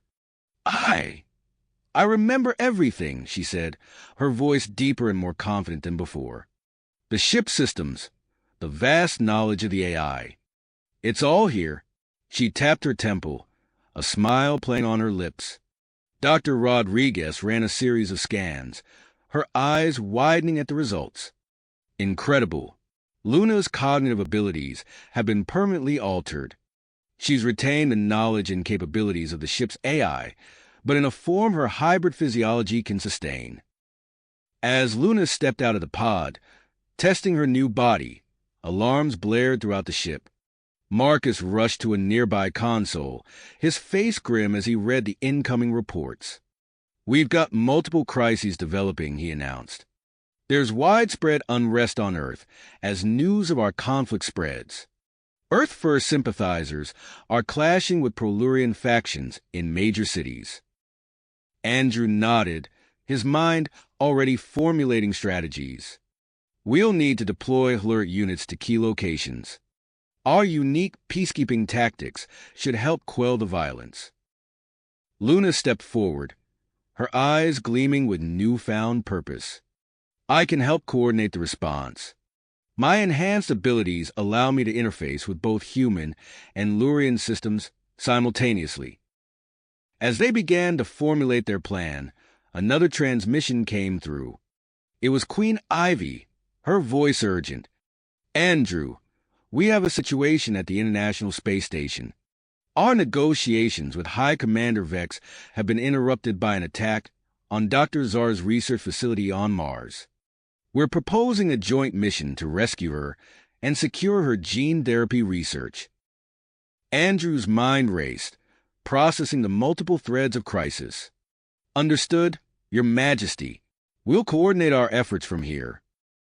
As he spoke, Luna suddenly stiffened, her eyes unfocusing for a moment. Andrew, she said, her voice low and tense, I'm detecting something on the long-range sensors. A fleet of unknown ships approaching from the outer solar system.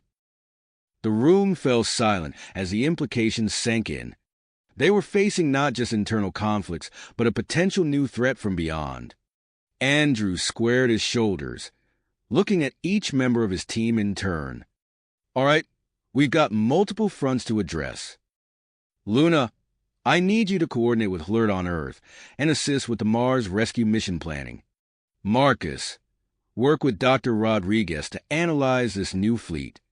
I'll contact Queen Ivy and update her on the situation. As the team sprang into action, Andrew couldn't shake the feeling that they were standing on the precipice of something monumental. The complex web of alliances and conflicts they'd been navigating had just become even more intricate, with the fate of 3 known species and possibly more hanging in the balance. He took a deep breath, steeling himself for the challenges ahead. Whatever this new threat represented, they would face it together.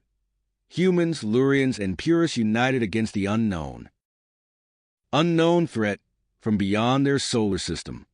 As Andrew prepared to contact Queen Ivy, Luna's eyes widened. We received an urgent transmission from Mars, she announced. Dr. Zara's research facility is under attack by her first extremists. The news sent a shockwave through the room. Andrew's mind raced, processing the implications. We need to mount a rescue mission immediately, he declared. Within minutes, a joint task force was assembled. Queen Ivy and High Commander Vex agreed to contribute their best troops, creating an unprecedented alliance of humans, Lurians, and Purists. Andrew boarded the hybrid vessel alongside Luna, marveling at the seamless integration of technologies from all 3 species. The ship's sleek design spoke of Lurian elegance, while its robust armor bore the hallmarks of human engineering. Purist biocircuitry pulsed beneath the surface, enhancing every system. As they broke Earth's orbit, Luna gasped, her body tensing. I can hear them, she whispered, her eyes unfocused. Hear who? Andrew asked, concern etching his features. The crew, Luna replied, her voice filled with wonder. Both human and Lurian. Their thoughts. I can sense them. This unexpected development proved invaluable as they formulated their strategy. Luna's newfound telepathic abilities allowed for instantaneous communication between species, bridging gaps that had long seemed insurmountable. As they hurtled toward Mars, Andrew received updates from Marcus Bell on Earth. The situation was deteriorating rapidly. Earth-First sympathizers had seized control of major cities, wielding stolen hybrid weapons with devastating effect. We're deploying Hlurt units with non-lethal Lurian tech, Marcus reported, his voice strained. But these extremists, they're well-organized and heavily armed. Andrew's teeth gritted. Do what you can to minimize casualties, Marcus. We'll deal with the root of the problem on Mars. As they approached the red planet, the ship's sensors picked up a series of powerful energy signatures. Luna's eyes widened as she processed the data. Those are experimental weapon systems, she announced. Similar to what we found at the lunar base, but more advanced. The rescue team's pilot, a seasoned Lurian navigator, expertly maneuvered through Mars' thin atmosphere. Suddenly, alarms blared throughout the ship. A massive energy surge erupted from the planet's surface, engulfing their vessel in crackling tendrils of destructive force. "Planetary defense grid," the pilot shouted, wrestling with the controls. "It's tearing through our shields." Andrew braced himself as the ship shuddered violently. "Everyone, prepare for emergency landing." The hybrid vessel plummeted through the Martian sky, trailing smoke and debris. With a bone-jarring impact, they crashed into the rust-colored landscape, skidding to a halt several kilometers from their target. As the dust settled, Andrew assessed their situation. The ship was a total loss, but miraculously, the crew had survived. They emerged from the wreckage, donning protective suits to shield them from Mars' harsh environment. "We're still 5 kilometers from Dr. Zar's facility," Andrew announced, consulting his NAV system. "We'll have to proceed on foot." As they set out across the barren Martian terrain, waves of automated drones descended upon them. Earth-first stolen technology proved formidable, unleashing barrages of energy weapons and swarms of nanobots. Luna stepped forward, her eyes glowing with an otherworldly light. She raised her hands and suddenly, the attacking drones froze in midair. "I can interface with their systems," she explained, her voice strained with concentration. "But I can only disable them temporarily."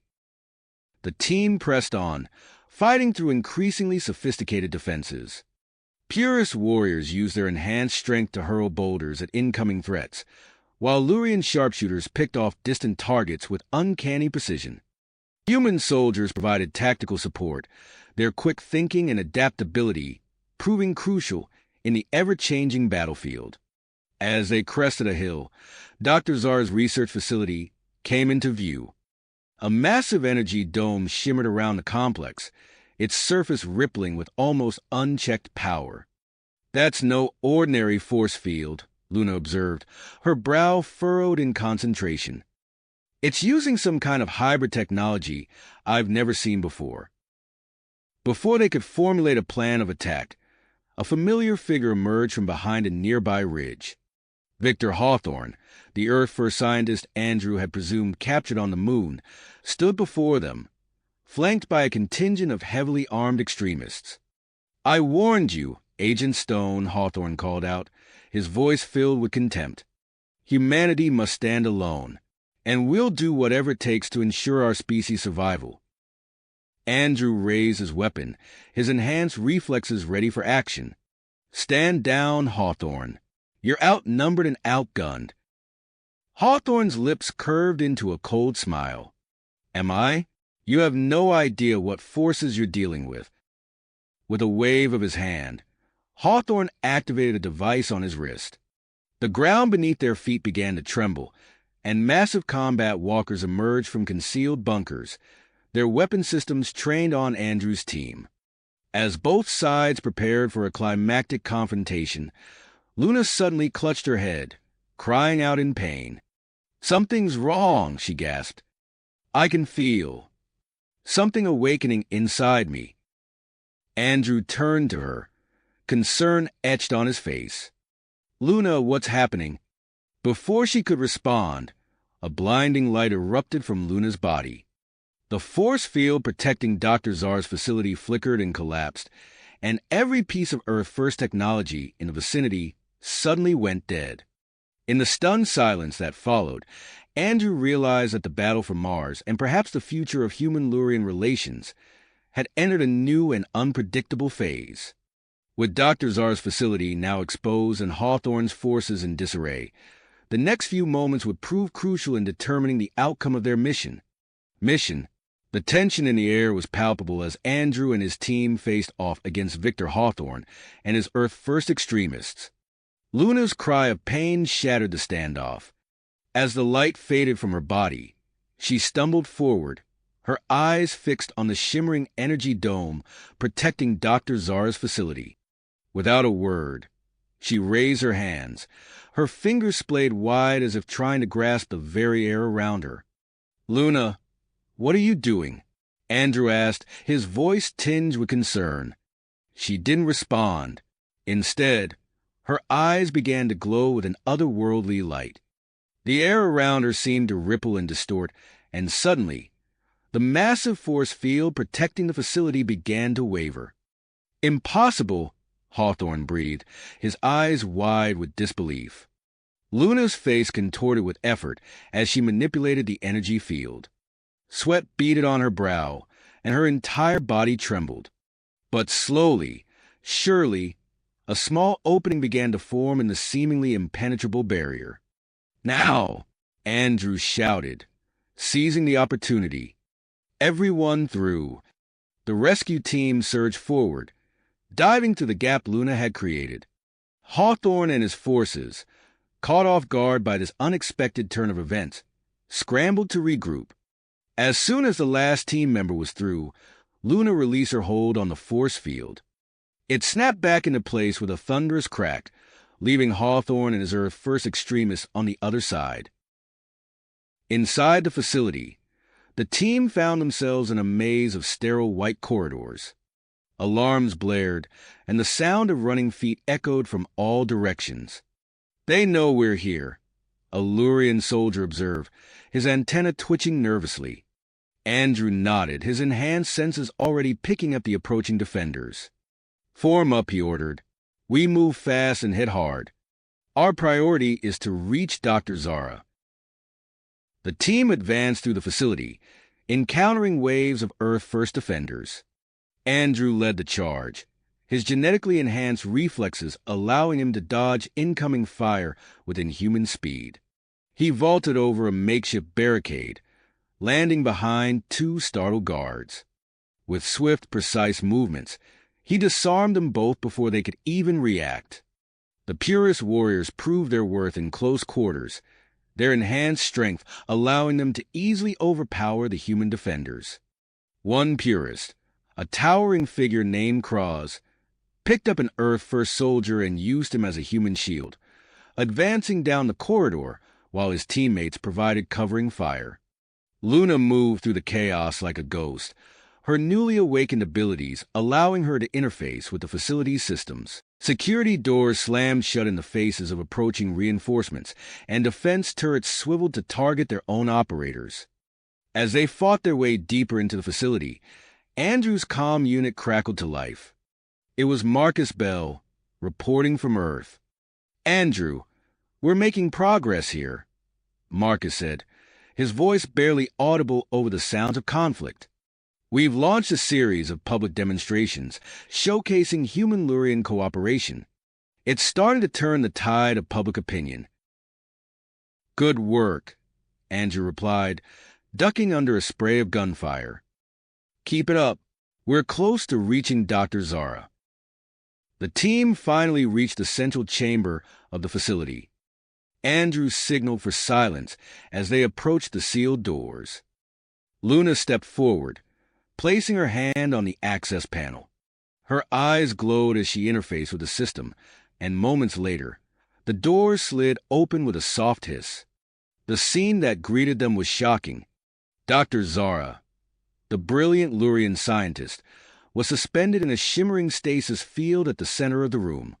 Earth First scientists surrounded her, operating complex machinery that seemed to be forcibly extracting information directly from her mind. And there, overseeing it all, stood Victor Hawthorne. "I must admit I'm impressed," Hawthorne said, turning to face the rescue team. "But your little raid ends here."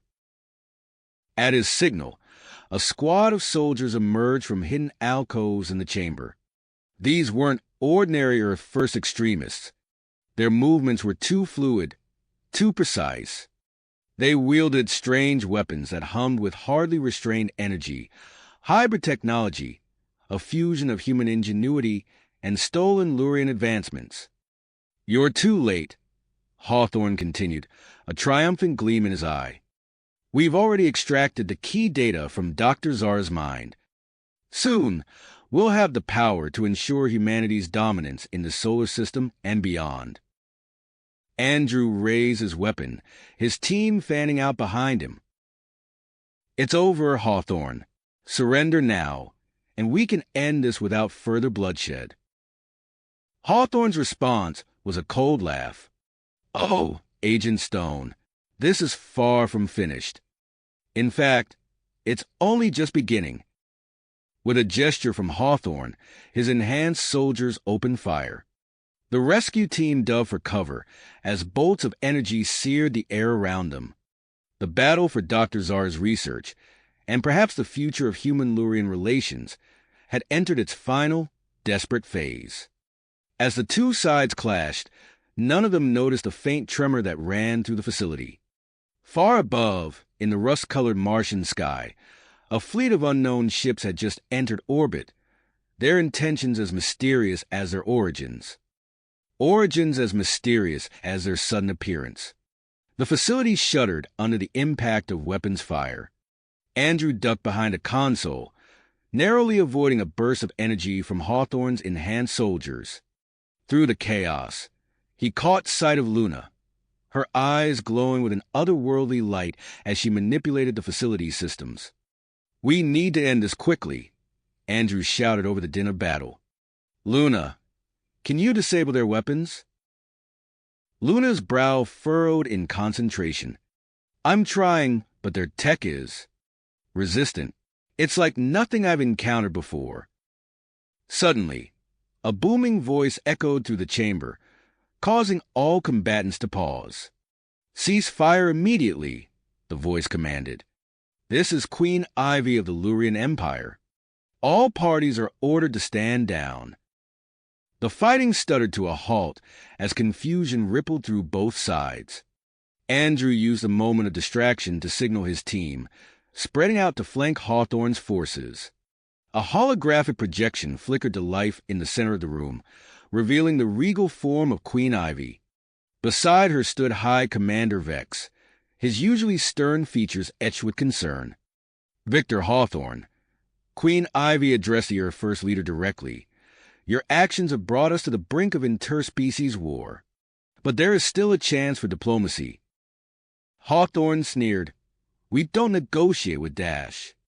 His words were cut short as a shimmering, silvery form materialized next to the Lurian leaders.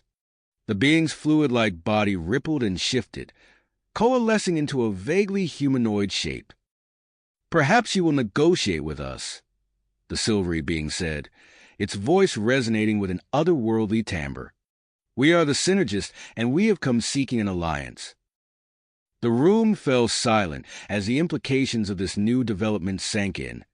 Andrew's mind raced, trying to process the sudden shift in the situation. He caught Luna's eye, noting the mix of fascination and apprehension on her face. Queen Ivy's hologram addressed the room. "We are convening an emergency four-way conference between humans, Lurians purists, and our new guests, the Synergists. All hostilities are to cease immediately, and representatives from each faction will gather in the central diplomacy chamber." As the Queen's orders were relayed, Andrew noticed Hawthorne's eyes darting around the room, likely searching for an escape route. With a subtle hand signal, Andrew directed his team to tighten their perimeter around the Earth First Leader. "Mr. Hawthorne," Andrew said, his voice calm but firm, "I suggest you comply with Her Majesty's orders. Your options have become rather limited." Hawthorne's shoulders sagged as the fight drained out of him. He nodded curtly, allowing himself to be taken into custody. As the various factions began to make their way to the diplomacy chamber, Andrew approached Luna, who was staring intently at the silvery form of the Synergist representative. "Are you all right?" he asked, noting the slight tremor in her hands. Luna nodded, her eyes never leaving the Synergist. "I can sense something different about them. It's like their very essence is calling out to me." Before Andrew could respond, Queen Ivy's hologram addressed them directly. "Agent Stone, Luna, your presence is required at the conference. There is much to discuss." As they made their way to the diplomacy chamber, Andrew couldn't shake the feeling that they were on the cusp of a pivotal moment in galactic history. The corridors buzzed with a mix of tension and anticipation as representatives from 4 distinct species converged. The makeshift diplomacy chamber, hastily prepared in one of Dr. Zara's larger laboratories, was a study in contrasts. Lurian biotech merged with human computer systems, while purist warriors stood uneasily next to the fluid forms of the synergists. Queen Ivy and High Commander Vex took their positions at the head of the room, their holograms flickering slightly in the harsh Martian lighting. Human representatives, looking somewhat shell-shocked by the rapid turn of events, clustered together near one wall. As the conference began, tensions immediately flared. Accusations of aggression and mistrust flew between the human and Lurian contingents, while the purists demanded guarantees of genetic purity. Amidst the growing chaos, Luna stepped forward, her presence somehow commanding attention despite her youth. "We have an opportunity here," she said, her voice cutting through the din. "An opportunity to forge something greater than the sum of our parts." The synergist representative undulated forward, its silvery form rippling with interest. "The hybrid speaks wisely," it intoned. "We synergists have traveled far, seeking a solution to our own genetic degradation. Perhaps in your unique mixing of species, we may find hope for our own survival." A hush fell over the room as the implications of the synergist's words sank in. Queen Ivy, her holographic eyes sharp with interest, leaned forward. "What exactly are you proposing?" As the synergists began to outline their proposal, Andrew's comm unit buzzed. It was Marcus Bell, reporting from Earth. Andrew stepped aside to take the call, his enhanced hearing allowing him to monitor the conference while he spoke. "Andrew, you won't believe what's happening down here," Marcus said, his voice crackling with excitement. "We've just broadcast a series of demonstrations showcasing human-Lurian cooperation. The public response has been overwhelming." As Marcus detailed the success of their public relations campaign, Andrew's attention was drawn back to the conference. Luna had become the center of attention, with the synergist representative requesting permission to study her unique hybrid physiology. Queen Ivy's protective instincts flared. "Absolutely not. My daughter is not a laboratory specimen." Luna, however, stepped forward. "Mother, I volunteer. If my abilities can help foster understanding between our species, it's a risk worth taking." The room erupted into heated debate. Andrew, still listening to Marcus's report, felt the weight of history pressing down on them all. As the arguments raged on, he couldn't help but wonder, were they on the brink of a new era of interspecies cooperation, or was this the calm before an even greater storm? The tension in the room was palpable as the various factions eyed each other warily, each acutely aware of the delicate balance that could tip at any moment. Luna's voice cut through the tense atmosphere once more. "I believe I may have a solution," she said, her eyes gleaming with a mixture of dedication and uncertainty. "If we could find a way to bridge the gap between our species, to truly understand each other on a fundamental level." The synergist representative undulated forward, its silvery form rippling with interest. "We sense great potential in you, young hybrid. Perhaps your unique physiology holds the key we've been searching for." Queen Ivy's hologram flickered as she stepped protectively towards her daughter. "What exactly are you proposing?" Dr. Zara, who had been quietly observing the proceedings, spoke up. "Your Majesty, if I may, Luna's hybrid genetics could potentially be the missing link in our research. With her consent, we could attempt a controlled gene activation process." The room erupted into a cacophony of voices, each faction voicing their concerns and interests. Andrew moved closer to Luna, his enhanced senses on high alert as he scanned for any potential threats. "I'll do it," Luna said, her voice cutting through the noise. The room fell silent as all eyes turned to her. "If there's a chance this could bring us together, I have to try." Queen Ivy's hologram wavered, her face a mask of concern. Luna, my daughter, are you certain? We don't know what risks this might entail. Luna nodded, her gaze steady. I am, Mother. This is bigger than just me. As preparations for the procedure began, Andrew couldn't shake a sense of unease. He watched as Dr. Zara and a team of scientists from all 4 species worked together to set up the necessary equipment. Luna lay on an examination table, her eyes closed as she took deep, calming breaths. The process began slowly, with Dr. Zara carefully monitoring Luna's vital signs as they activated dormant genes within her hybrid DNA. At first, nothing seemed to happen. Then, almost imperceptibly, a soft glow began to emanate from Luna's skin. Hours passed, and the glow intensified.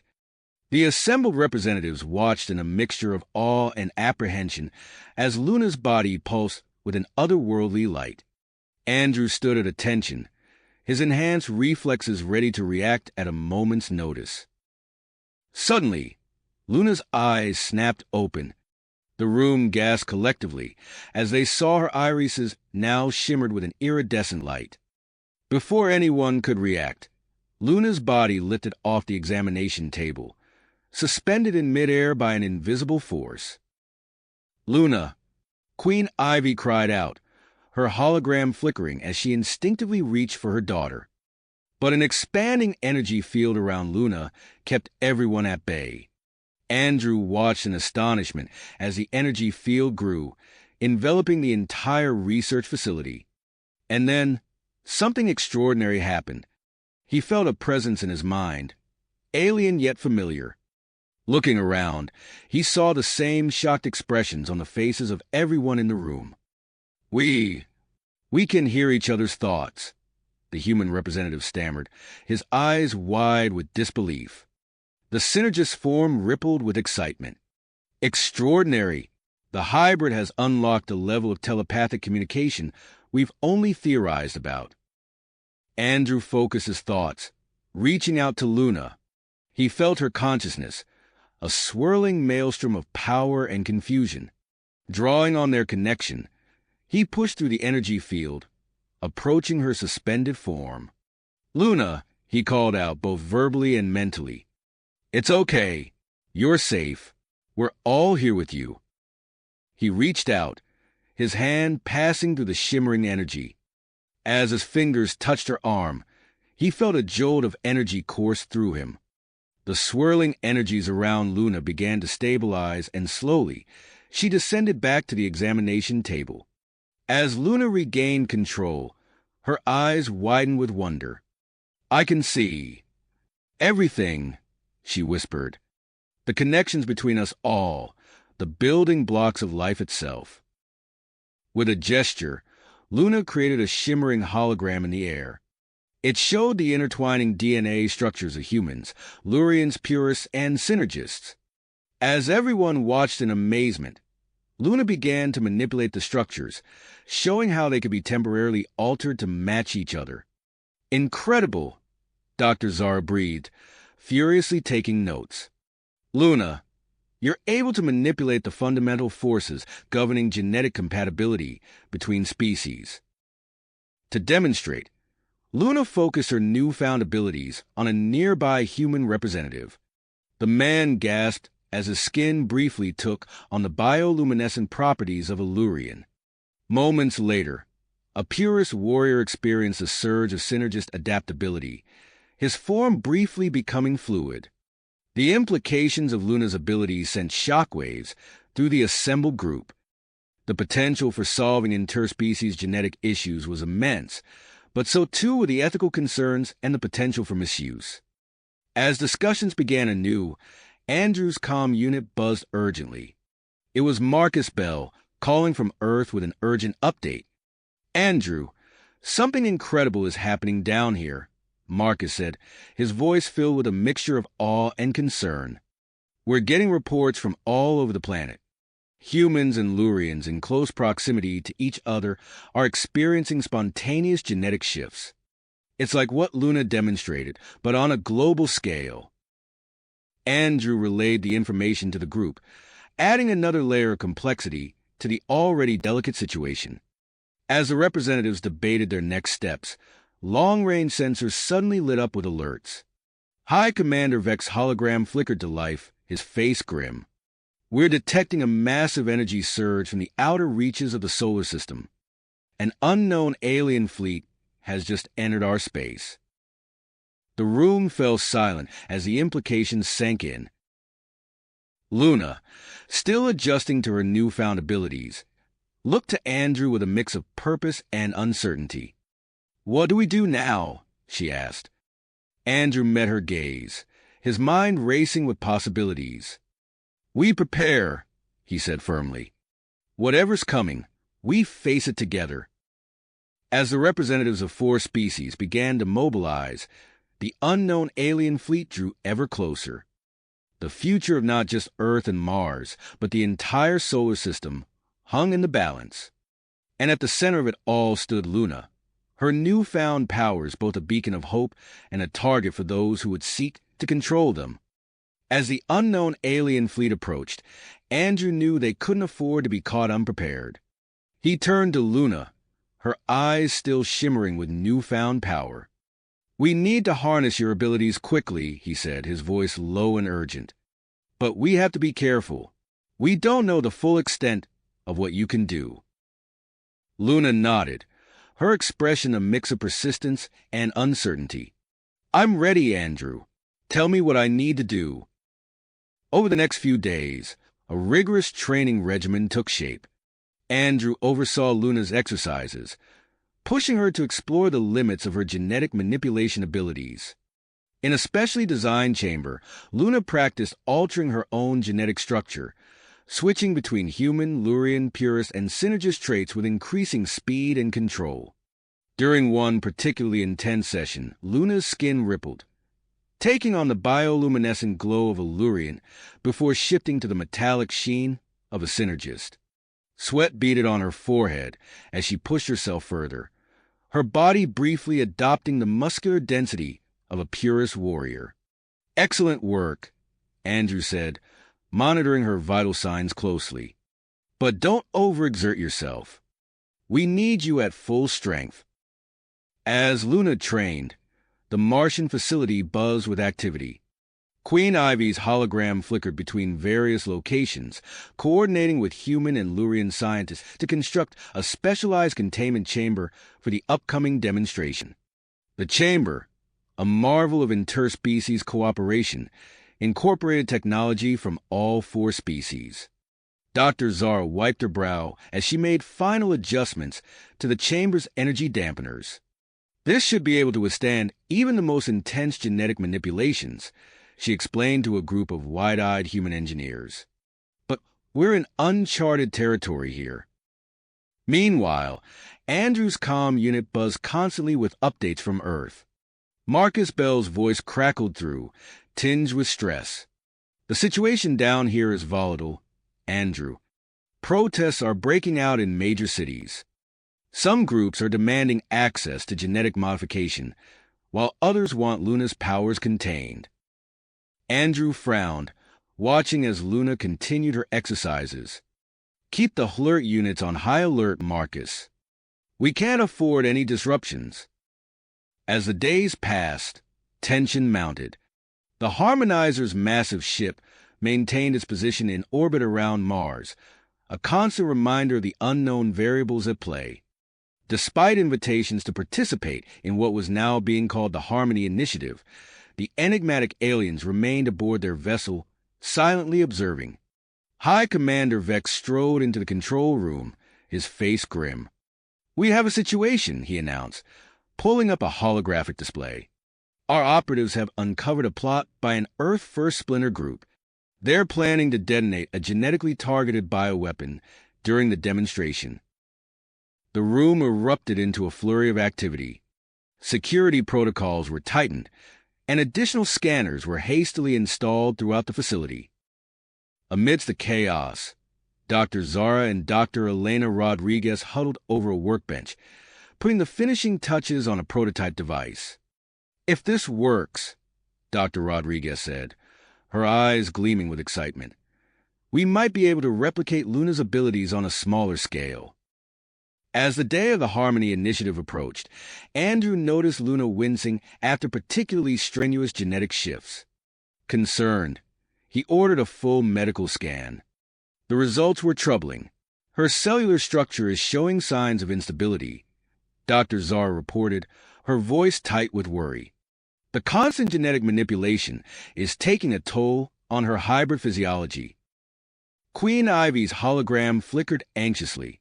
We must postpone the demonstration. My daughter's health comes first. But Luna shook her head. No, Mother. We've come too far to turn back now. The Alliance needs this. As they debated, the Synergist representative undulated forward. Perhaps we can offer a solution, it intoned. With a ripple of its silvery form, it revealed a sleek bioorganic suit.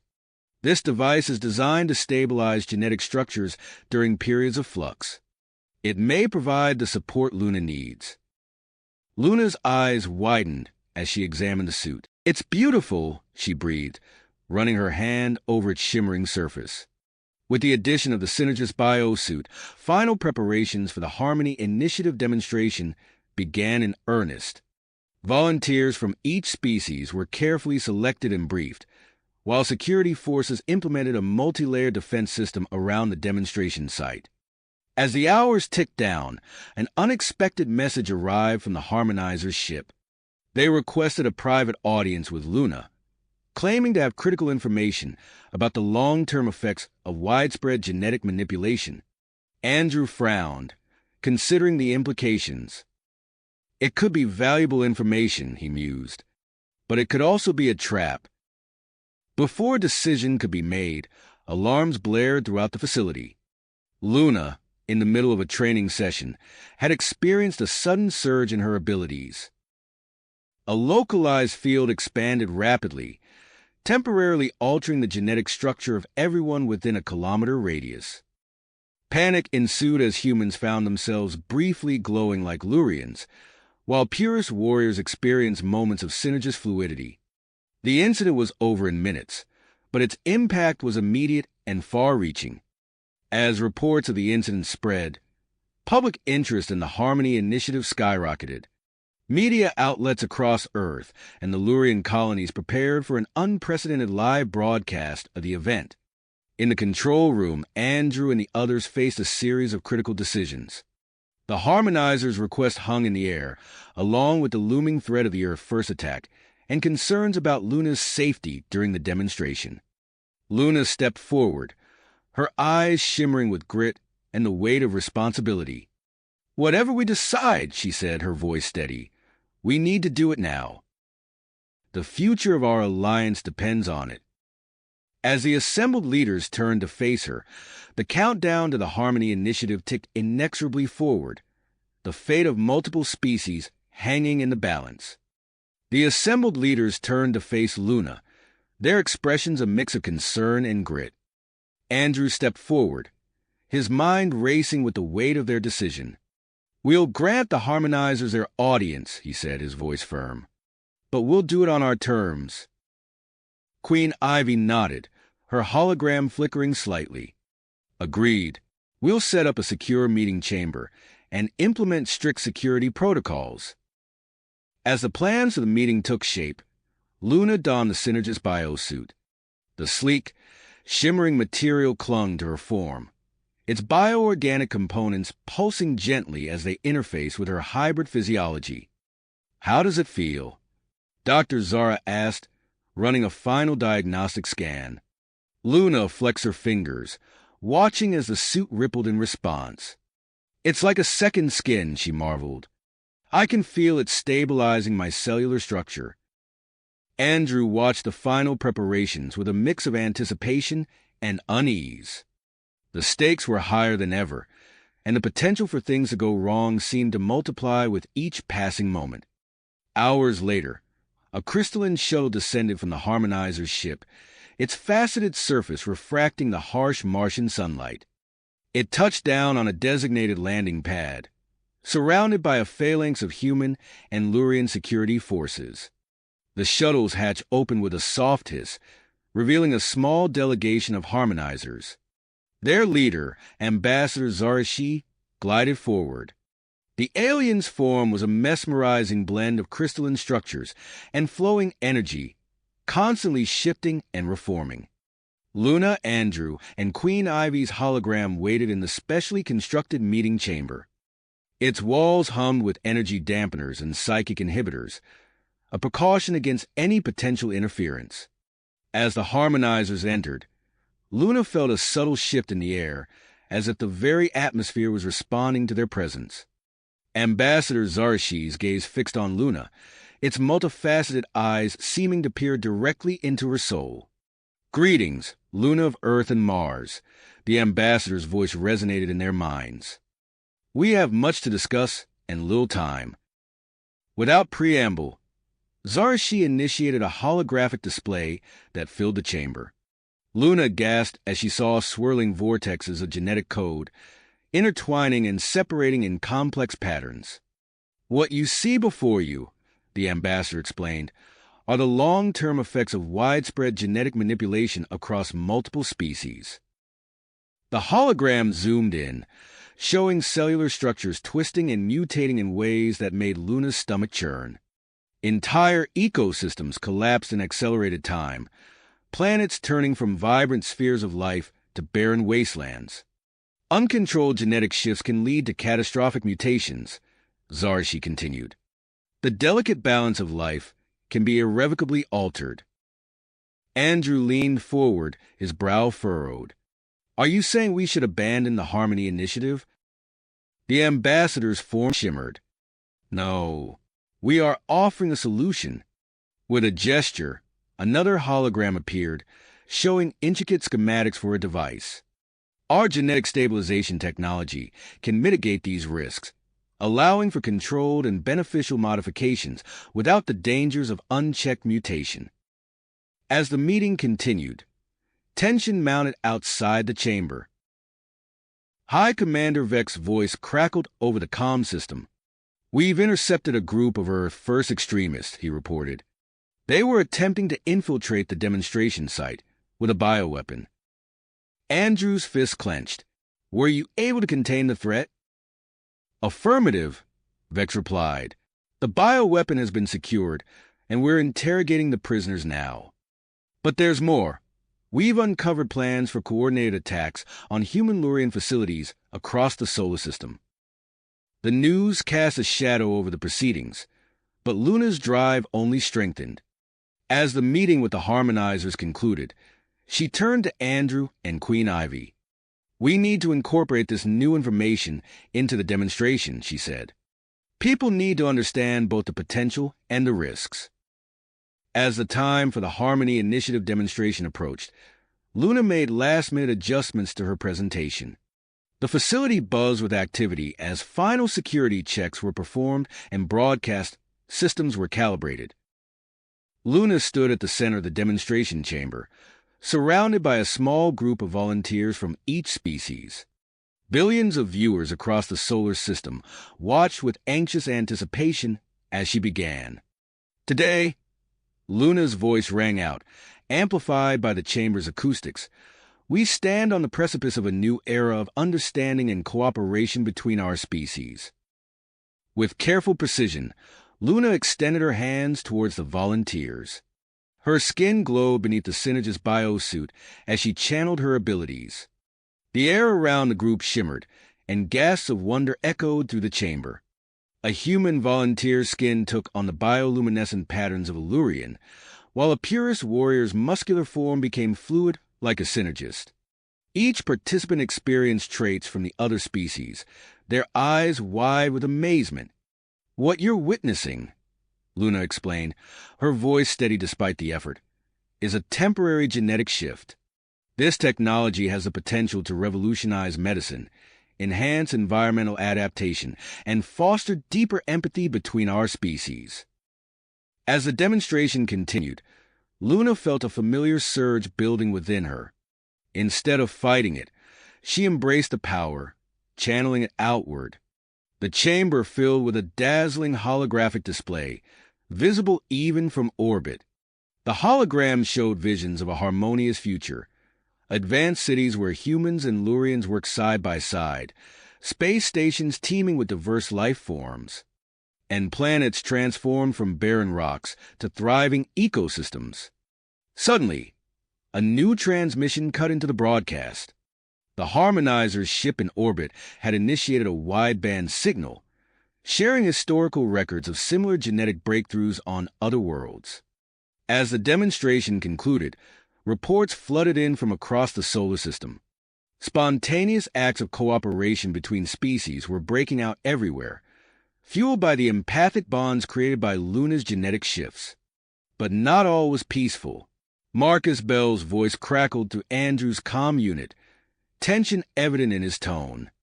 "We're seeing a surge in extremist activities on Earth," he reported.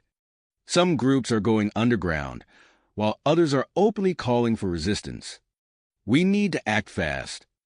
Luna and Andrew exchanged a determined look. The successful demonstration was just the beginning.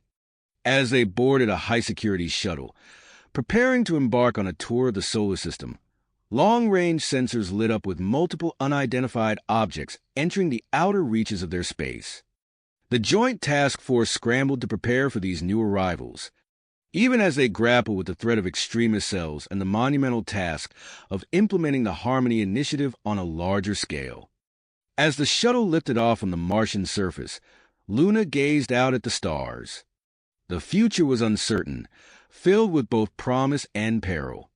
But for now, they had taken the first crucial steps towards a new era of interspecies harmony. As the shuttle lifted off from the Martian surface, Luna gazed out at the stars, her mind filled with thoughts of the uncertain future ahead. The vastness of space seemed to mirror the enormity of the task before them. Barely an hour into their journey, the shuttle's communication system crackled to life. Queen Ivy's holographic form materialized, her expression grave. "Luna, Andrew, we have an urgent situation," she said, her voice tight with concern. "Those unidentified objects we detected earlier?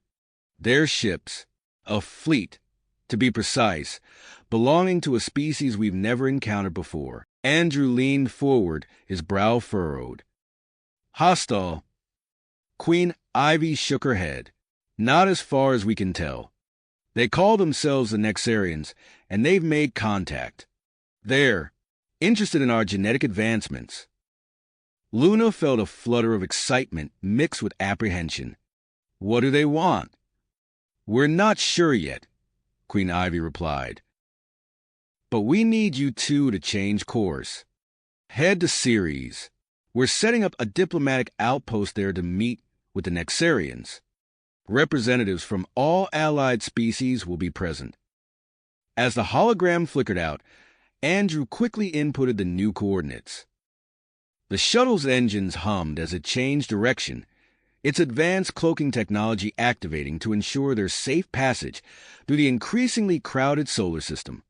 Luna settled back into her seat, but a sudden wave of discomfort washed over her.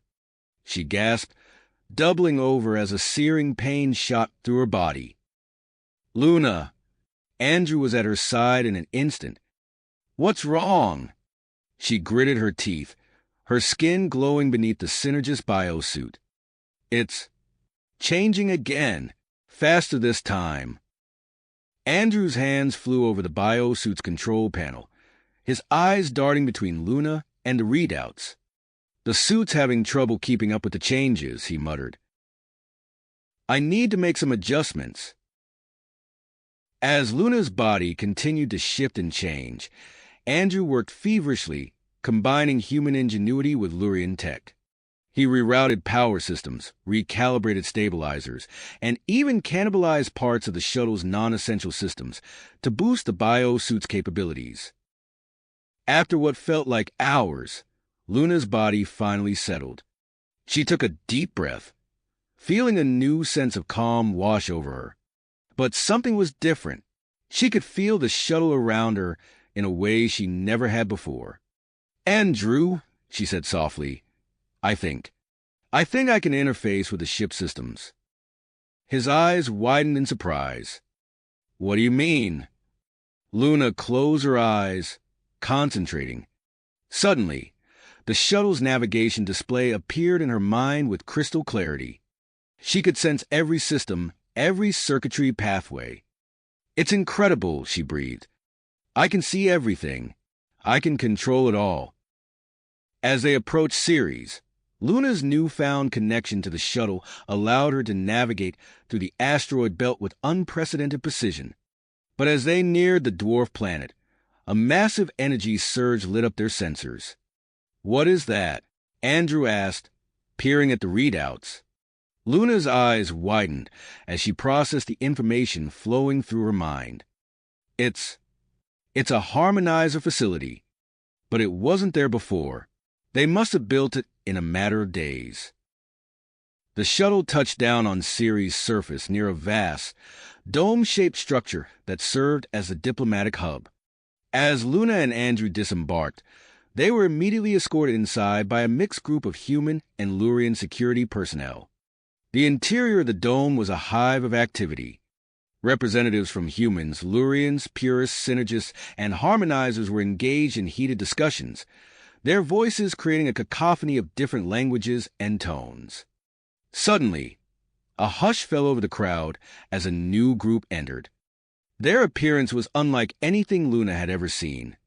Bodies that seemed to shift between solid and liquid states, with iridescent skin that reflected light in impossible ways. "The Nexarians," Andrew whispered. The leader of the Nexarian delegation glided forward, its form rippling like water. "I am Ambassador Zorn," it said, its voice resonating in their minds rather than their ears. "We have traveled far to meet you, Luna of Earth and Mars." As the initial greetings were exchanged, Luna felt a familiar surge building within her. She tried to control it, but the power was overwhelming. A wave of energy pulsed out from her body, enveloping everyone in the room. Gasps and cries of surprise filled the air as the assembled delegates found their minds suddenly linked. Emotions, thoughts, and memories flowed freely between them, creating a psychic tapestry of shared experience. In that moment of connection, hidden agendas and buried secrets came to light. Luna saw flashes of the harmonizer's true capabilities, glimpsed the Nexarians' long-term plans, and felt the fears and hopes of every species present. As quickly as it had begun, the psychic event faded. Luna stumbled, feeling drained. Andrew caught her, his face a mask of concern. "Luna," he said softly, "your face. It's changing." She raised a hand to her cheek, feeling the subtle shift in her bone structure. Her skin tone was fluctuating, taking on characteristics of all the species present. Before they could process what was happening, a priority alert cut through the chaos. Marcus Bell's face appeared on the main view screen, his expression grim. "We have a situation on Earth," he reported. "The raids on Earth First facilities triggered a dead man switch. Sleeper agents with unstable hybrid DNA are mutating in major population centers. We need help, fast." Luna straightened, her mind racing. She knew what she had to do.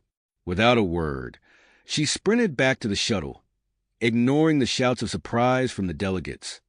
Once inside, she connected with the ship systems, accessing its powerful broadcast array. Closing her eyes, Luna focused all her energy, all her newly evolving abilities, into a single, massive effort. A signal pulsed out from the shuttle, spreading across the solar system. Luna could feel the DNA of the mutating agents, could sense their genetic structures unraveling. With every ounce of her will, she fought to stabilize them, to halt the chaotic mutations. Energy crackled around her body, overloading the biosuit. Alarms blared throughout the shuttle as its systems strained under the immense power Luna was channeling. Outside, the assembled delegates watched in awe as pulses of energy erupted from the shuttle, visible even from Ceres' surface. The Nexarians and harmonizers exchanged looks of surprise and what might have been fear. Inside the shuttle, Luna pushed herself to the very limits of her abilities, fighting to contain the genetic crisis unfolding millions of kilometers away. As her consciousness expanded across the solar system, she became aware of something unexpected. Her actions weren't just affecting the Earth's first agents. Every genetically modified being, including many of the allied species, was experiencing fluctuations. Luna's body began to tremble, her mind on the verge of being overwhelmed by the sheer scale of what she was attempting. Attempting to process, her vision blurred, and she felt her consciousness slipping away. "Luna!" Andrew's voice sounded distant as he caught her collapsing form. The last thing she saw before darkness claimed her was the concerned faces of the assembled delegates, their features distorted by her fading vision. When Luna regained consciousness, she found herself in a sterile medical bay, surrounded by a diverse team of experts. The familiar hum of advanced medical equipment filled the air, punctuated by the soft beeps of monitors, tracking her vital signs. Dr. Elena Rodriguez, her face etched with concern, leaned over Luna. "Welcome back," she said softly. "You gave us quite a scare." Luna tried to sit up, but found her body unresponsive. "What happened?" She managed to croak, her throat dry. "You channeled an unprecedented amount of energy," Andrew explained, his hand gently squeezing hers. "It affected every genetically modified being in the solar system." A synergist specialist approached, holding Luna's damaged biosuit. The suit couldn't handle the strain, they explained, their forms shimmering as they spoke. "We're working on upgrades to prevent future overloads." As Luna's strength slowly returned, she became aware of a Nexarian medical expert hovering nearby, its liquid-like body pulsing with bioluminescent patterns. Fascinating. It communicated directly into her mind. "Your genetic structure has incorporated elements from all known species. The implications are significant." Over the next few days, Luna underwent a battery of tests as she recovered. Her body, now a unique blend of various species traits, responded in unexpected ways to different stimuli. Dr. Zara, working alongside human and alien experts, developed a specialized training program to help Luna control her expanded abilities. Meanwhile, on Ceres, the diplomatic summit resumed with renewed urgency. Queen Ivy's hologram flickered to life in Luna's recovery room, updating her on the proceedings. "The genetic stabilization event has changed everything," Queen Ivy reported. "We're drafting a comprehensive accord on genetic research and modification. Your actions have made everyone acutely aware of both the risks and potential benefits." Luna nodded, her mind racing with the implications. "And Earth? What's the situation there?" Andrew activated a nearby display, showing footage from various Earth cities. Marcus Bell and Alert units had contained the immediate crisis, he explained. The mutating agents have been stabilized, and they're dismantling Earth-First's remaining infrastructure. The display shifted to show scenes of humans and aliens working side by side in recovery efforts. Luna watched in awe as former adversaries cooperated, their differences seemingly forgotten in the wake of the shared genetic experience. As Luna's recovery progressed, she began to test the limits of her new abilities. Under the watchful eyes of her multi-species medical team, she practiced interfacing with various technologies, her mind easily connecting with complex systems. During one training session, Luna's consciousness expanded, suddenly becoming aware of a vast network of monitoring stations throughout the solar system. She gasped, overwhelmed by the flood of data. "What is it?" Andrew asked, noticing her distress. "The harmonizers," Luna breathed. "They've activated a hidden network. They're watching us. All of us." This revelation sent shockwaves through the allied species. Trust, so carefully built, began to fray at the edges. Heated debates erupted in the Ceres diplomatic chamber, with accusations of espionage and betrayal flying back and forth. Amidst this tension, Luna received news that filled her with both excitement and trepidation. She had been selected to lead an expedition to investigate a newly discovered ancient space station near Neptune's orbit. As Luna prepared for the mission, she couldn't shake a sense of unease.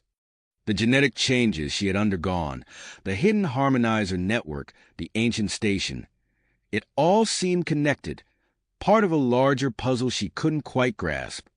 The day of departure arrived. Luna boarded the specially designed ship, her new biosuit gleaming with advanced synergist and Nexarian modifications. Andrew stood beside her, his presence a comforting constant in a rapidly changing universe. As the ship lifted off from Ceres, Luna gazed out at the assembled delegates. Humans stood shoulder to shoulder with Lurians, purists, synergists, Nexarians, and harmonizers, a visual representation of how far they had come and how far they still had to go. The ship accelerated, leaving Ceres behind. Luna felt a familiar surge of energy within her, but this time she embraced it, channeling it to interface with the ship's systems. As they sped towards the outer solar system, long-range sensors lit up with new anomalies in the far reaches of space. Luna exchanged a glance with Andrew, both of them aware that they were heading into the unknown. The ancient station near Neptune held secrets that could reshape their understanding of life in the galaxy. And beyond that, in the darkness of space, something else waited. Something that might hold the key to the future of interspecies relations and the very nature of existence itself. As their ship approached Neptune's orbit, Luna's eyes widened at the sight of the ancient space station looming before them. Its massive structure dwarfed their vessel, its surface a complex maze of geometric patterns and pulsing lights. "It's incredible," Andrew breathed, his face illuminated by the station's ethereal glow. Luna nodded, her mind already reaching out to interface with the ship's systems. "I'm detecting unusual energy readings. We should approach with caution." Before she could finish her sentence, a blinding pulse of energy erupted from the station. The ship's consoles flickered and died, plunging the crew into darkness. Luna gasped as a wave of sensation washed over her body tingling with an unfamiliar energy. "Luna!" Andrew called out, his voice tinged with concern. She gripped the arms of her chair, her knuckles turning white as her body began to shift and change. Her skin rippled, taking on different textures and hues in rapid succession.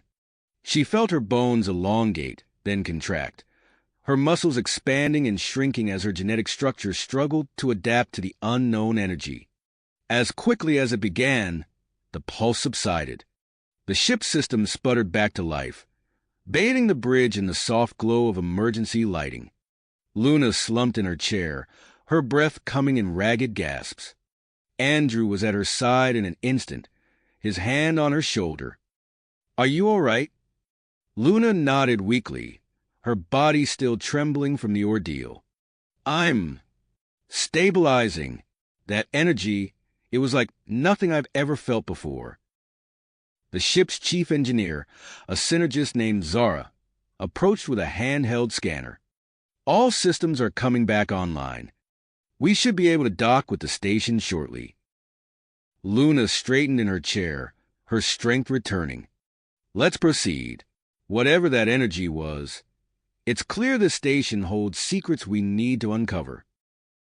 As they carefully maneuvered their ship towards the docking port, Luna's mind raced with possibilities. The station's technology was clearly far beyond anything they had encountered before, and she could sense its vast potential humming just beyond her reach. With a soft thud and a hiss of pressurization, their ship connected with the ancient structure. Luna led the way, her new biosuit adapting to the station's atmosphere as she stepped through the airlock. The interior of the station was a marvel of engineering and design. Vast chambers stretched out before them, their walls lined with intricate patterns that seemed to shift and change as they watched. Holographic displays flickered to life as they passed, responding to their presence with streams of incomprehensible data. This architecture, mused Dr. Elena Rodriguez, her eyes wide with wonder. It seems designed to accommodate multiple species. Look at how the environments shift and adapt. Luna nodded, her hand hovering over a nearby console. As her fingers brushed its surface, a surge of information flooded her mind. She gasped, stumbling backward as a massive holographic display sprang to life in the center of the chamber. A figure materialized before them, its form constantly shifting between different species. When it spoke, its voice resonated directly in their minds. "Welcome, children of the stars. We are the progenitors, architects of life in this galaxy." The team exchanged stunned glances as the hologram continued, revealing the station's true purpose and the progenitor's role in seeding life throughout the galaxy. Luna's mind reeled with the implications, her enhanced abilities allowing her to process the vast amounts of information flooding her consciousness. As they delved deeper into the station, Luna's connection to its systems grew stronger. She found herself instinctively understanding its layout, leading the team to hidden chambers and vast data repositories. In one such chamber, they discovered the genetic database. Luna's eyes widened as she realized the scale of the information before her. "This contains genetic data from thousands of species across the galaxy," she breathed. As she interfaced with the database, a surge of energy coursed through her body. The station around them hummed to life, massive conduits powering up as the exterior began to transform. Andrew grabbed Luna's arm, his face a mask of concern. "Luna, what's happening?" She shook her head, her eyes glowing with an otherworldly light. "I've triggered something. The station, it's activating some kind of protocol." Outside, the station's rings began to align, energy building to levels that set their sensors screaming. Luna felt the power coursing through her mind expanding to encompass the vast network of the station's systems. As alarms blared around them, Luna realized the magnitude of the decision before her. The station's power could reshape the genetic future of countless species across the galaxy. But with that power came immense responsibility and danger. Andrew's hand found hers, their connection providing an anchor amidst the chaos. Together, they began the delicate process of interfacing with the station's core systems, attempting to direct its immense power towards beneficial ends. As they worked, unbeknownst to them, multiple unidentified objects entered the solar system, drawn by the station's activation. The fragile alliance formed in their absence was about to face its greatest test, as new alien races approached, their intentions unknown. Luna and Andrew stood at the heart of the ancient station, their bodies glowing with its energy, poised on the brink of a decision that would shape the future of the galaxy. The station hummed around them, its power building, waiting for their command to unleash its potential across the stars. Vast reaches of space.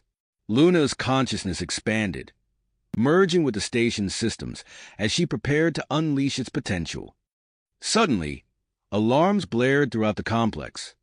Andrew's eyes widened as he looked at the nearby console. "Multiple unidentified objects entering the solar system," he reported, his voice tense. Luna's focus snapped back to the present. She disengaged from the station's core, her body still glowing with residual energy. "We need to inform the others," she said, her voice carrying a new weight of authority. As they rushed to the command center, the station's holographic displays came to life, showing the approaching alien ships. High Commander Vex's voice crackled over the comms. "Purist fleet moving to establish a defensive perimeter around Neptune and the station. Stand by for further instructions." Luna's mind raced as she processed the implications of this new development. She turned to Andrew, her eyes blazing with dedication. "We need to understand the station's capabilities fully before we make any decisions. The wormhole technology could be the key to everything." As they worked tirelessly to decipher the station's systems, reports flooded in from across the solar system. On Earth, Marcus Bell's voice came through, urgent and focused. We've identified several individuals with abilities similar to yours, Luna. We're establishing a secure facility to train them. We're calling them Nexus operatives. Luna felt a mix of excitement and concern at this news.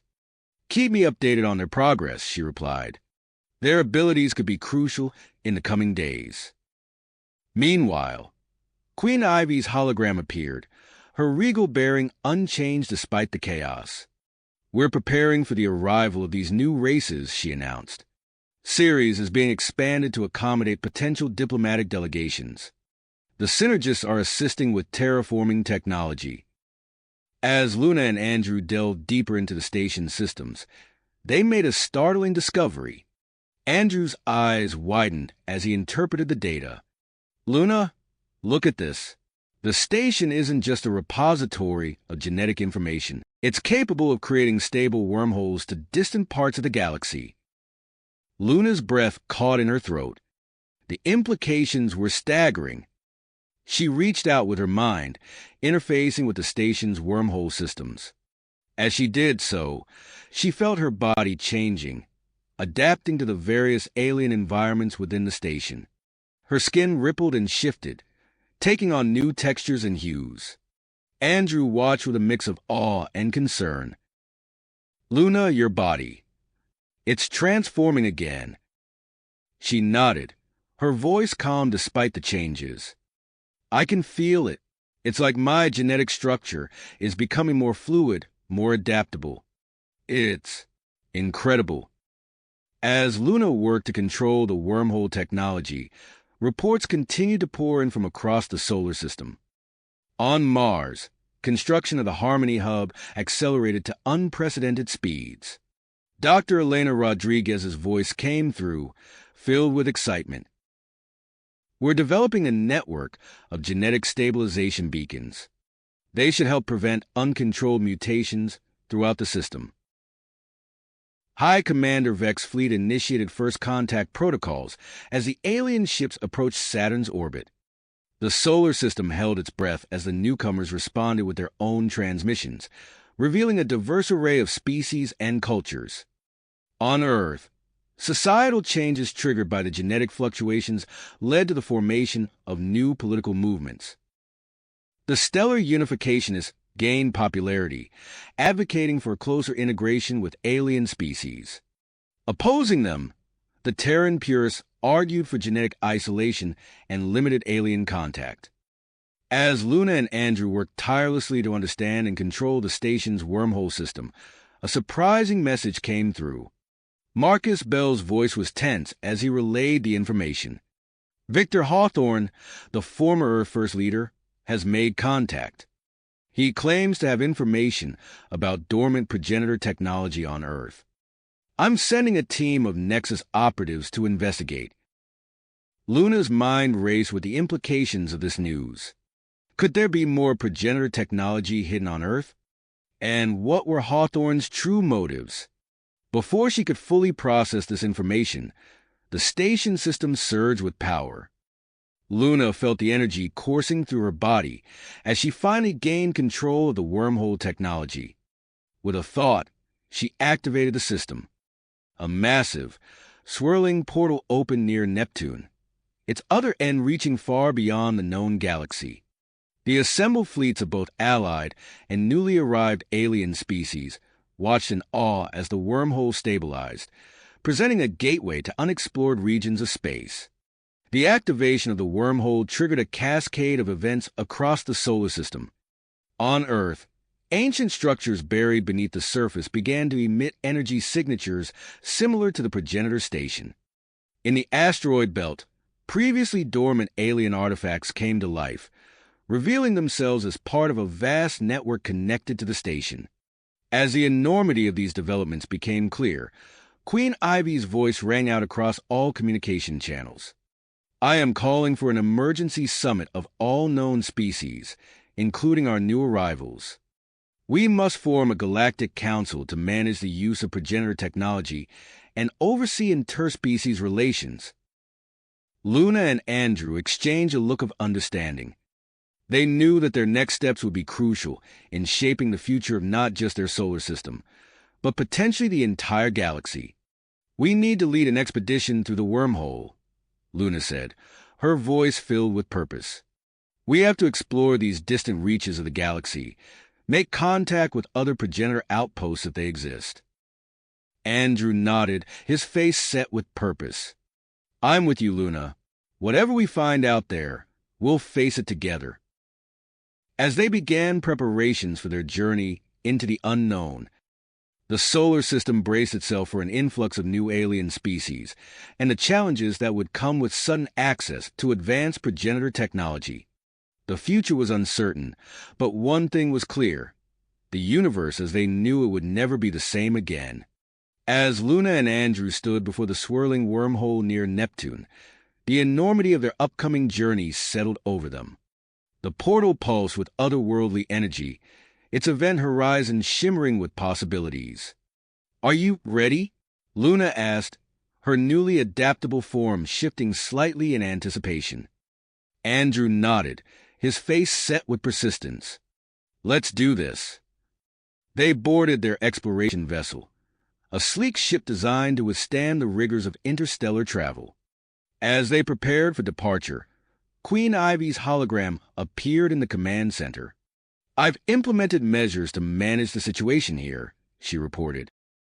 "Ceres is being transformed into a temporary galactic council headquarters. We'll handle the influx of new species and progenitor technology challenges while you explore." Luna acknowledged the update. "Thank you, Your Majesty. We'll report back as soon as we can." With a final systems check, their ship entered the wormhole. The fabric of space-time warped around them, stretching and contracting in impossible ways. Suddenly, the ship lurched violently. "We're off course," Andrew shouted, his hands flying over the controls.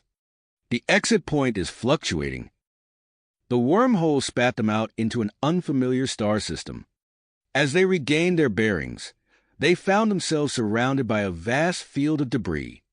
"It looks like an ancient battlefield," Luna observed, her enhanced vision picking out the twisted remains of long-dead ships.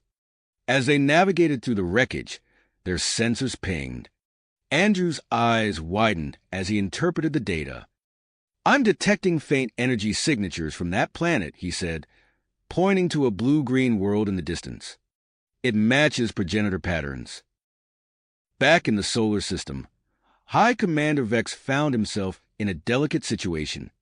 A crystalline ship, its faceted surface refracting starlight, approached the progenitor station without clearance. "Unidentified vessel. This is High Commander Vex of the Purist Fleet. You are entering restricted space. Halt your approach immediately," he transmitted. The crystalline ship continued its advance. Vex's finger hovered over the weapon's control, but he hesitated. A wrong move could spark an interstellar incident. Instead, he ordered a precision tractor beam. The crystalline ship found itself gently but firmly held in place. "Let's try this again," Vex said, opening a direct channel. "I am High Commander Vex. Who am I addressing?" A shimmering hologram appeared, depicting a being seemingly made of living crystal. "I am Facet Prime Xyrix of the Crystalline Collective. We mean no harm. We merely wish to study the progenitor technology." Vex exhaled slowly. "I understand your curiosity, Facet Prime, but we have protocols in place for a reason. Let's discuss this properly, shall we?" On Mars, Dr. Elena Rodriguez stood before a bank of monitors, her fingers dancing over holographic controls. "Initiating genetic stabilization network. Now." The activation sent a pulse of energy through the solar system. On Earth, a construction worker suddenly found himself effortlessly lifting a steel beam. On Venus, a researcher's skin adapted instantly to the harsh atmosphere when her suit tore. Aboard the Harmony Hub, a botanist watched in amazement as plant growth accelerated under her touch. Queen Ivy received the reports with a mixture of excitement and concern. "Initiate Project Chimera," she ordered. "We need to understand these changes before they spiral out of control." Meanwhile, on Earth, Marcus Bell led a team of Nexus operatives through a hidden entrance in the Andes Mountains. They found themselves in a vast underground complex, its walls humming with dormant energy. "Secure the perimeter," Bell ordered. "No one touches anything until we understand what we're dealing with." As his team swept the facility, Bell's comm unit chimed. It was Queen Ivy. "We've received a transmission from Luna and Andrew," she said, her voice tense. "They've made contact with a progenitor outpost, but there's more. They say there's a threat coming, something the progenitors were preparing for. We need to accelerate our plans." Bell's mind raced with the implications. "Understood, Your Majesty. I'll double our efforts here." As he ended the transmission, one of his operatives called out, "Sir, you need to see this." Bell hurried over to find a massive chamber, its center dominated by what could only be a genetic modification pod. The technology was far beyond anything they'd encountered before. "Lock it down," Bell ordered, "and get me a secure line to Ceres. The Council needs to know about this immediately." As tensions rose across the solar system, Luna and Andrew's team approached the mysterious planet.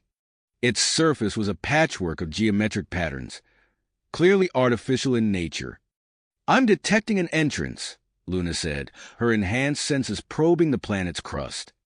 "It leads to a city, an entire underground city." Their ship descended through a massive opening, revealing a sprawling metropolis preserved in pristine condition. As they sat down in a vast plaza, holographic figures flickered to life around them. The progenitors, in all their multiform glory, began to speak.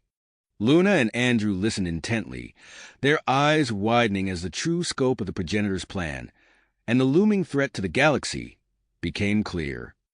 "We need to warn the others," Andrew said urgently.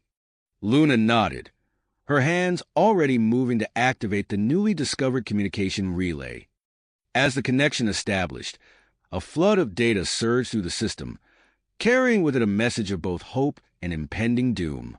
Across the solar system, communication networks buzzed with static as the progenitor data overwhelmed them. On Ceres, Queen Ivy received Luna's transmission, her face grave as she absorbed the news.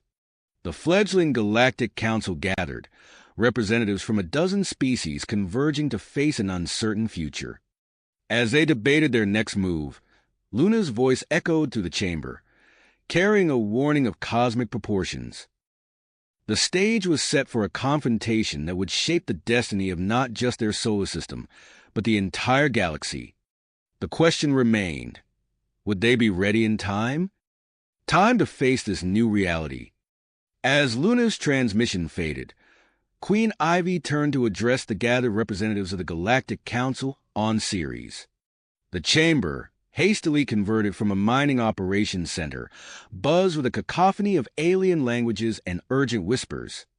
"Esteemed delegates," Ivy began, her voice cutting through the noise. "We face a threat unprecedented in our collective histories. Luna and Andrew's expedition has uncovered crucial information about the progenitors' plans and a looming danger to our entire galaxy." The room fell silent as Ivy relayed the details of Luna's message.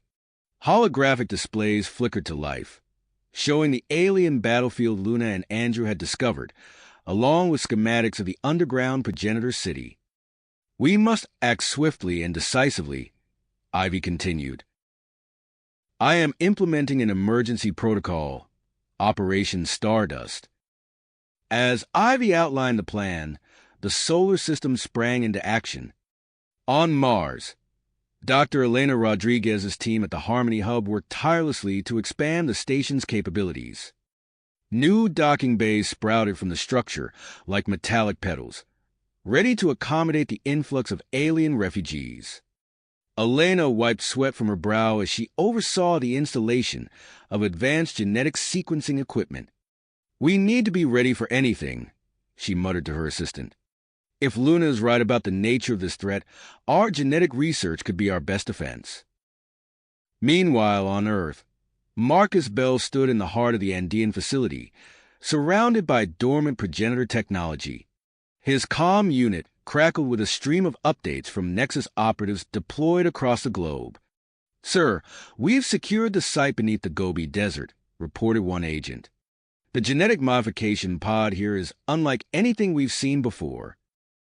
Bell nodded, his eyes fixed on the massive pod before him. "Understood. Lock it down and prepare for transport to the Harmony Hub. Dr. Rodriguez's team will want to study these." As Bell coordinated the global effort to secure progenitor sites, High Commander Vex found himself in an unprecedented position. The bridge of his flagship was crowded with holographic avatars of alien military leaders, each bringing unique tactical perspectives to the table. "Our crystalline allies have developed a method to enhance our ship's energy shields," Vex explained, gesturing to a shimmering diagram. "Combined with purest propulsion technology, we can create a fleet capable of rapid response across vast distances." The alien leaders nodded in agreement. Their diverse forms a testament to the unity forged in the face of crisis. As they discussed fleet formations and resource allocation, Vex couldn't help but marvel at how quickly old rivalries had been set aside. Billions of kilometers away, Luna and Andrew stood in awe before the rows of stasis pods in the progenitor city. Each capsule hummed with latent energy, preserving its occupant in a state of suspended animation. "We need to be careful about which ones we revive," Andrew cautioned, studying the alien script on a nearby console. "We don't know how they'll react to being awakened after so long." Luna nodded, her hand hovering over the activation panel. "I'll focus on pods with genetic markers similar to those we've encountered in our solar system. It might help ease the transition." As Luna initiated the revival sequence, her body began to change. Her skin rippled and shifted, taking on new textures and hues. Andrew watched in amazement as Luna's form adapted to match the physiological characteristics of the awakening aliens.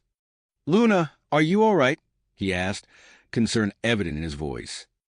She nodded, her eyes now multifaceted and iridescent. "I can understand them, Andrew. All of them.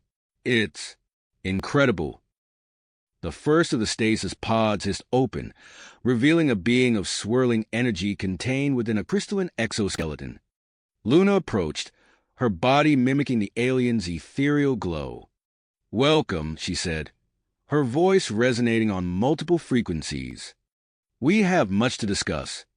As Luna communicated with the revived aliens, piecing together the puzzle of the progenitor's plans, Queen Ivy led her own expedition to Saturn's largest moon, Titan.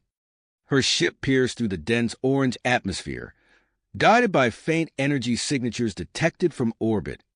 The ship touched down on the icy surface, and Ivy stepped out, her protective suit adapting to the harsh conditions.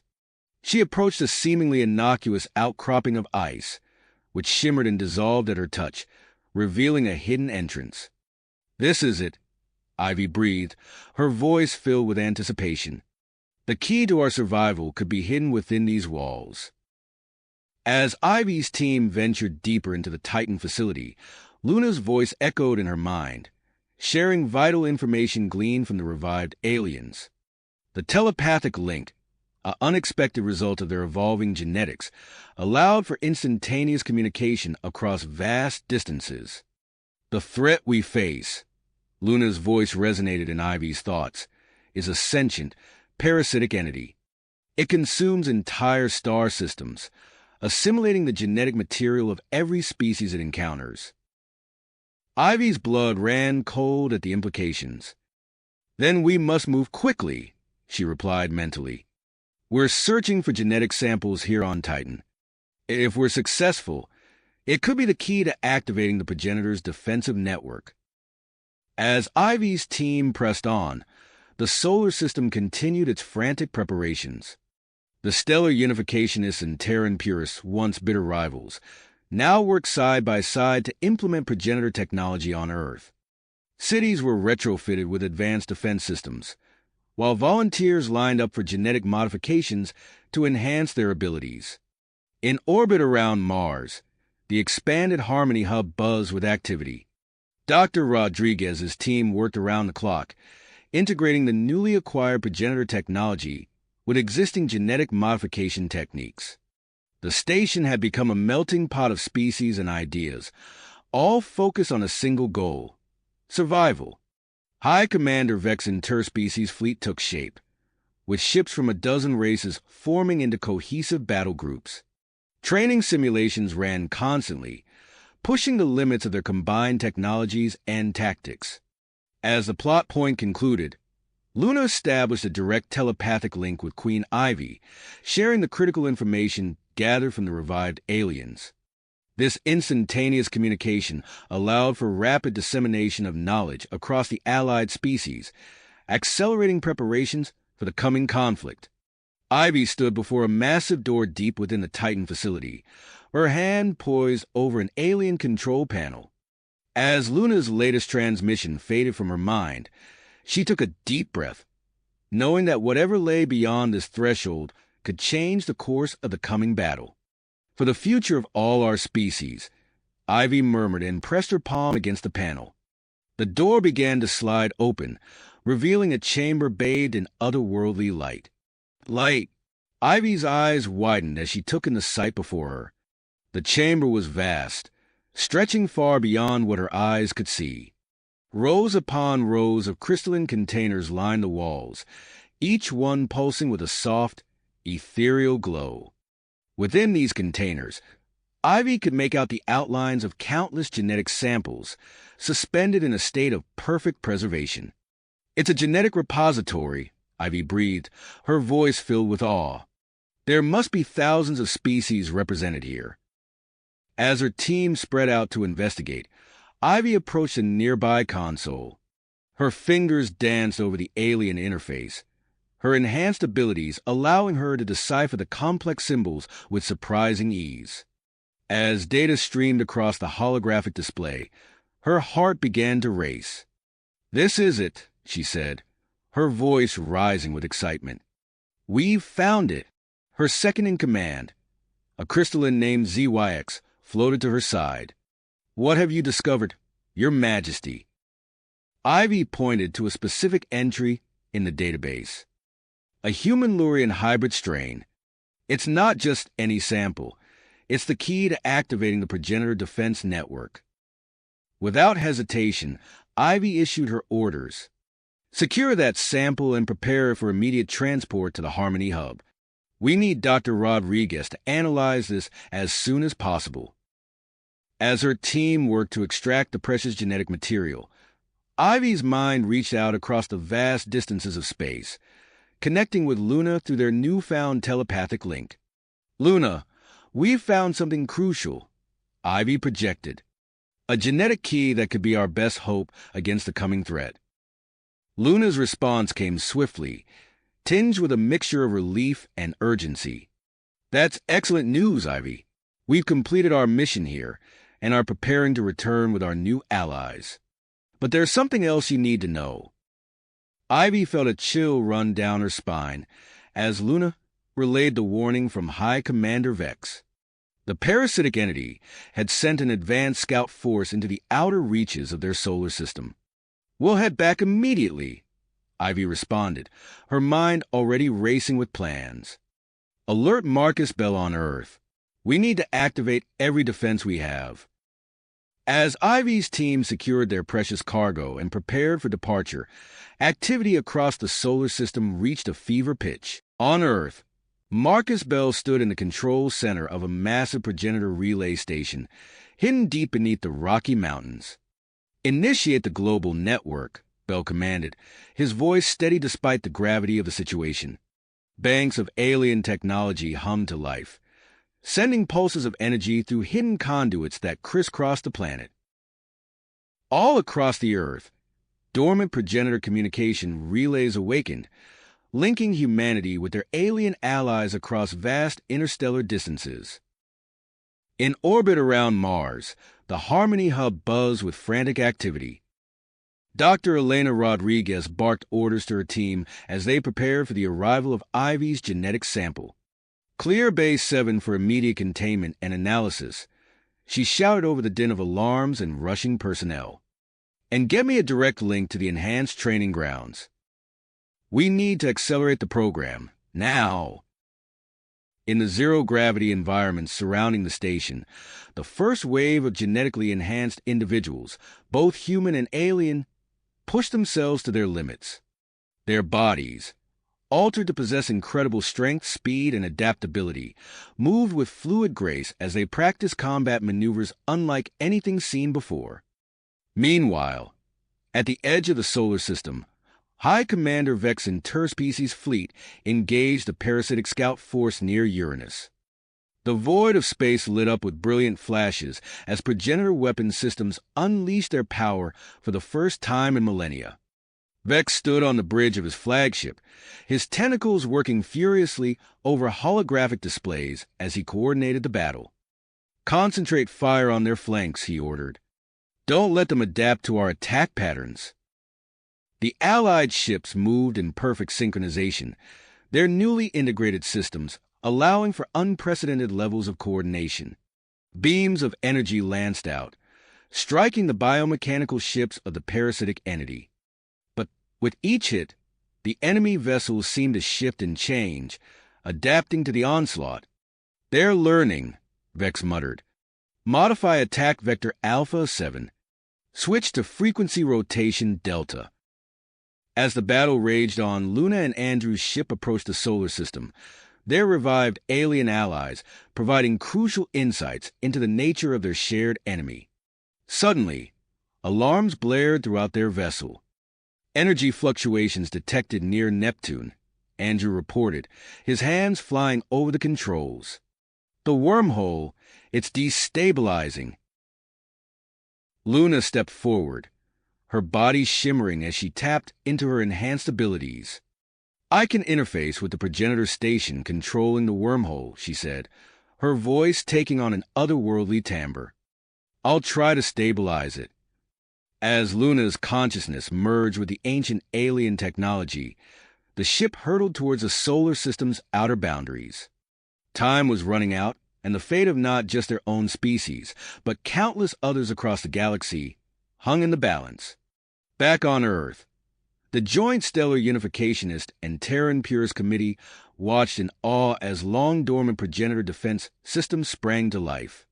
Massive energy shields shimmered into existence around major cities, while hidden bunkers in remote areas disgorged automated defense platforms.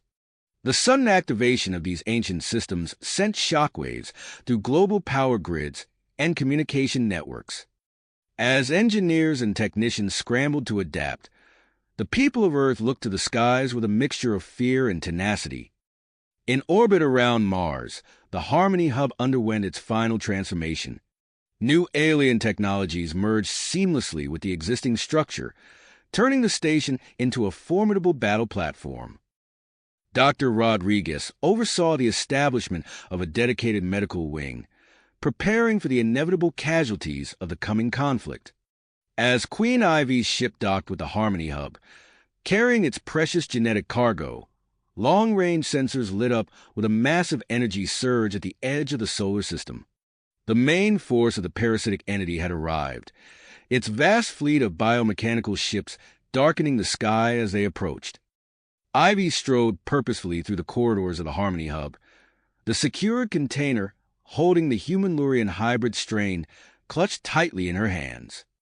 She entered the main laboratory, where Dr. Rodriguez and her team waited anxiously. "This is it," Ivy said, placing the container on a nearby examination table. "Our best hope for activating the progenitor defense network." As the scientists began their analysis, Ivy's comm unit chimed. It was Marcus Bell, his face grim on the holographic display. "Your Majesty," he said, his voice tight with tension. "Luna and Andrew have returned with their allies. But the enemy's main force is right behind them. We're out of time." Ivy nodded, her expression resolute.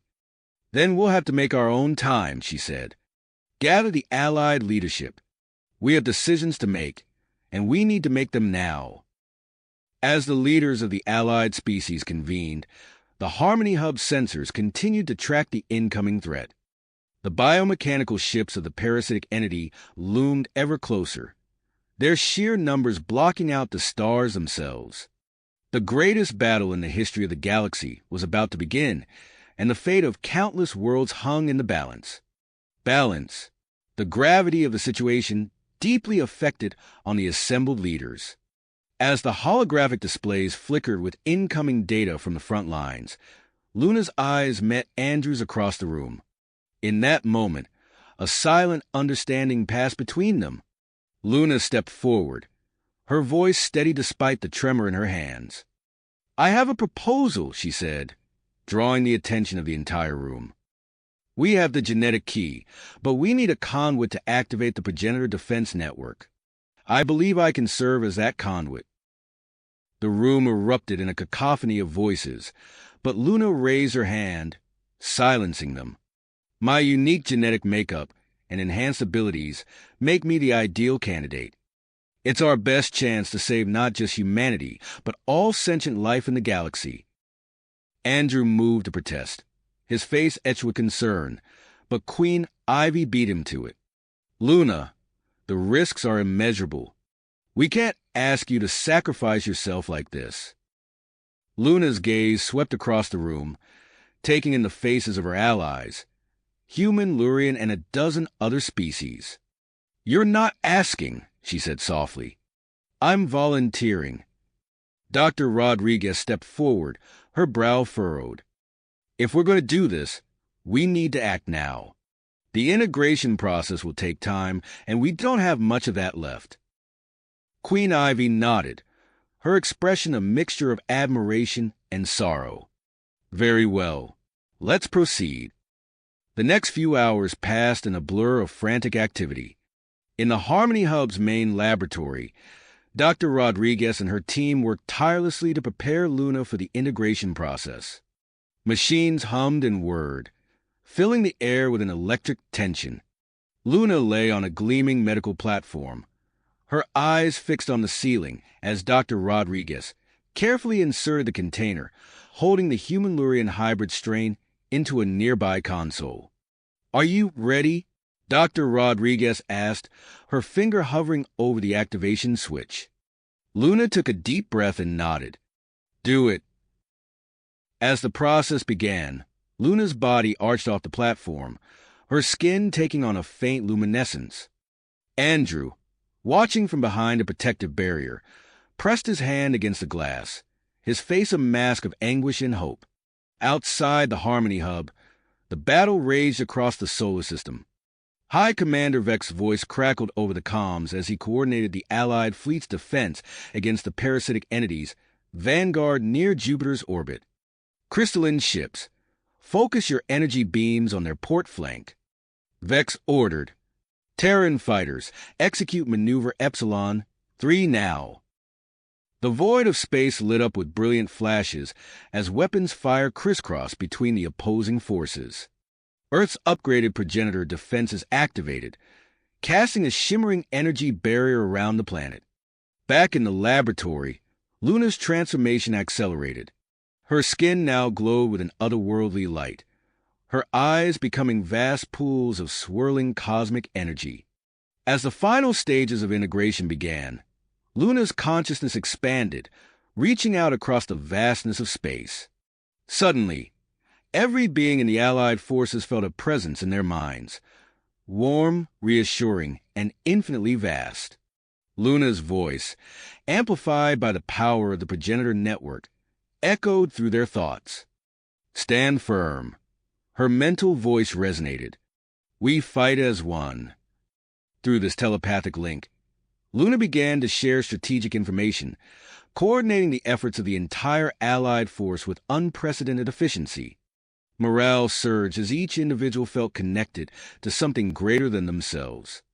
On the bridge of his flagship, High Commander Vex felt the touch of Luna's mind. His tentacles moved with newfound precision as he issued a series of rapid-fire commands. The Allied fleet's formation shifted, adapting to the parasitic entity's attacks with uncanny foresight. As the battle reached its crescendo, Luna channeled the full power of the progenitor defense network. Energy surged through her transformed body, radiating outward in pulsating waves. Across the galaxy, hidden progenitor installations sprang to life, responding to Luna's call. Massive energy beams converge on the solar system from distant stars, forming an intricate web of light. The parasitic entity's biomechanical ships, caught in this net, began to break apart under the onslaught of advanced progenitor technology. Luna's mind raced as she processed the vast amounts of information flowing through her. With a thought, she redirected the energy of the defense network, shaping it into a powerful gravitational singularity at the heart of the parasitic fleet. All Allied ships execute evasive pattern Omega immediately. Luna's voice rang out in the minds of every pilot and captain. The Allied vessels moved in perfect synchronization, narrowly avoiding the pull of the newly formed singularity.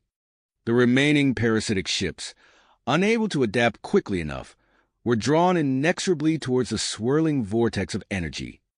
In a blinding flash of light that momentarily outshone the sun itself, the singularity collapsed, taking with it the bulk of the parasitic threat. As the light faded and the Allied ships regrouped, a stunned silence fell over the solar system. Aboard the Harmony Hub, Luna's body went limp, the glow of her skin fading to a soft shimmer. Andrew rushed to her side, cradling her in his arms as Dr. Rodriguez began running scans. "Vital signs are stable," Dr. Rodriguez announced, her voice thick with relief. "She's unconscious, but alive." As the reality of their victory began to sink in, Queen Ivy's voice came over the comms, addressing the entire Allied force. "The threat has been neutralized," she said, her tone a mixture of exhaustion and triumph. "All ships, return to your designated rally points. We have much work ahead of us." Luna stirred in Andrew's arms, her eyes fluttering open. They were still filled with swirling cosmic energy, but beneath that, Andrew could see the woman he loved. "Did we win?" Luna asked, her voice barely above a whisper. Andrew nodded, tears streaming down his face. "We did. You did it, Luna. You saved us all." As the Harmony Hub bustled with activity, reports began flooding in from across the solar system and beyond. The activation of the progenitor defense network had left an indelible mark on the galaxy, accelerating the evolution of countless worlds. Queen Ivy, surrounded by holographic displays showing the aftermath of the battle, took a deep breath. The threat that had loomed over them for so long had been vanquished, but the work of rebuilding and forging a new future for all Allied species was just beginning. As she prepared to address the newly formed Galactic Council, Ivy's gaze drifted to the stars visible through the Harmony Hub's viewport. The universe suddenly seemed vaster, filled with both new possibilities and unforeseen challenges. Whatever lay ahead, she knew that the bonds forged in this crucible of conflict would be the foundation upon which they would build their shared future. You have reached the end of the story. If you enjoyed this story and want to support us, please leave a like and subscribe to our channel, and for every comment that says 88, I will heart every single one of them. Thank you for your time.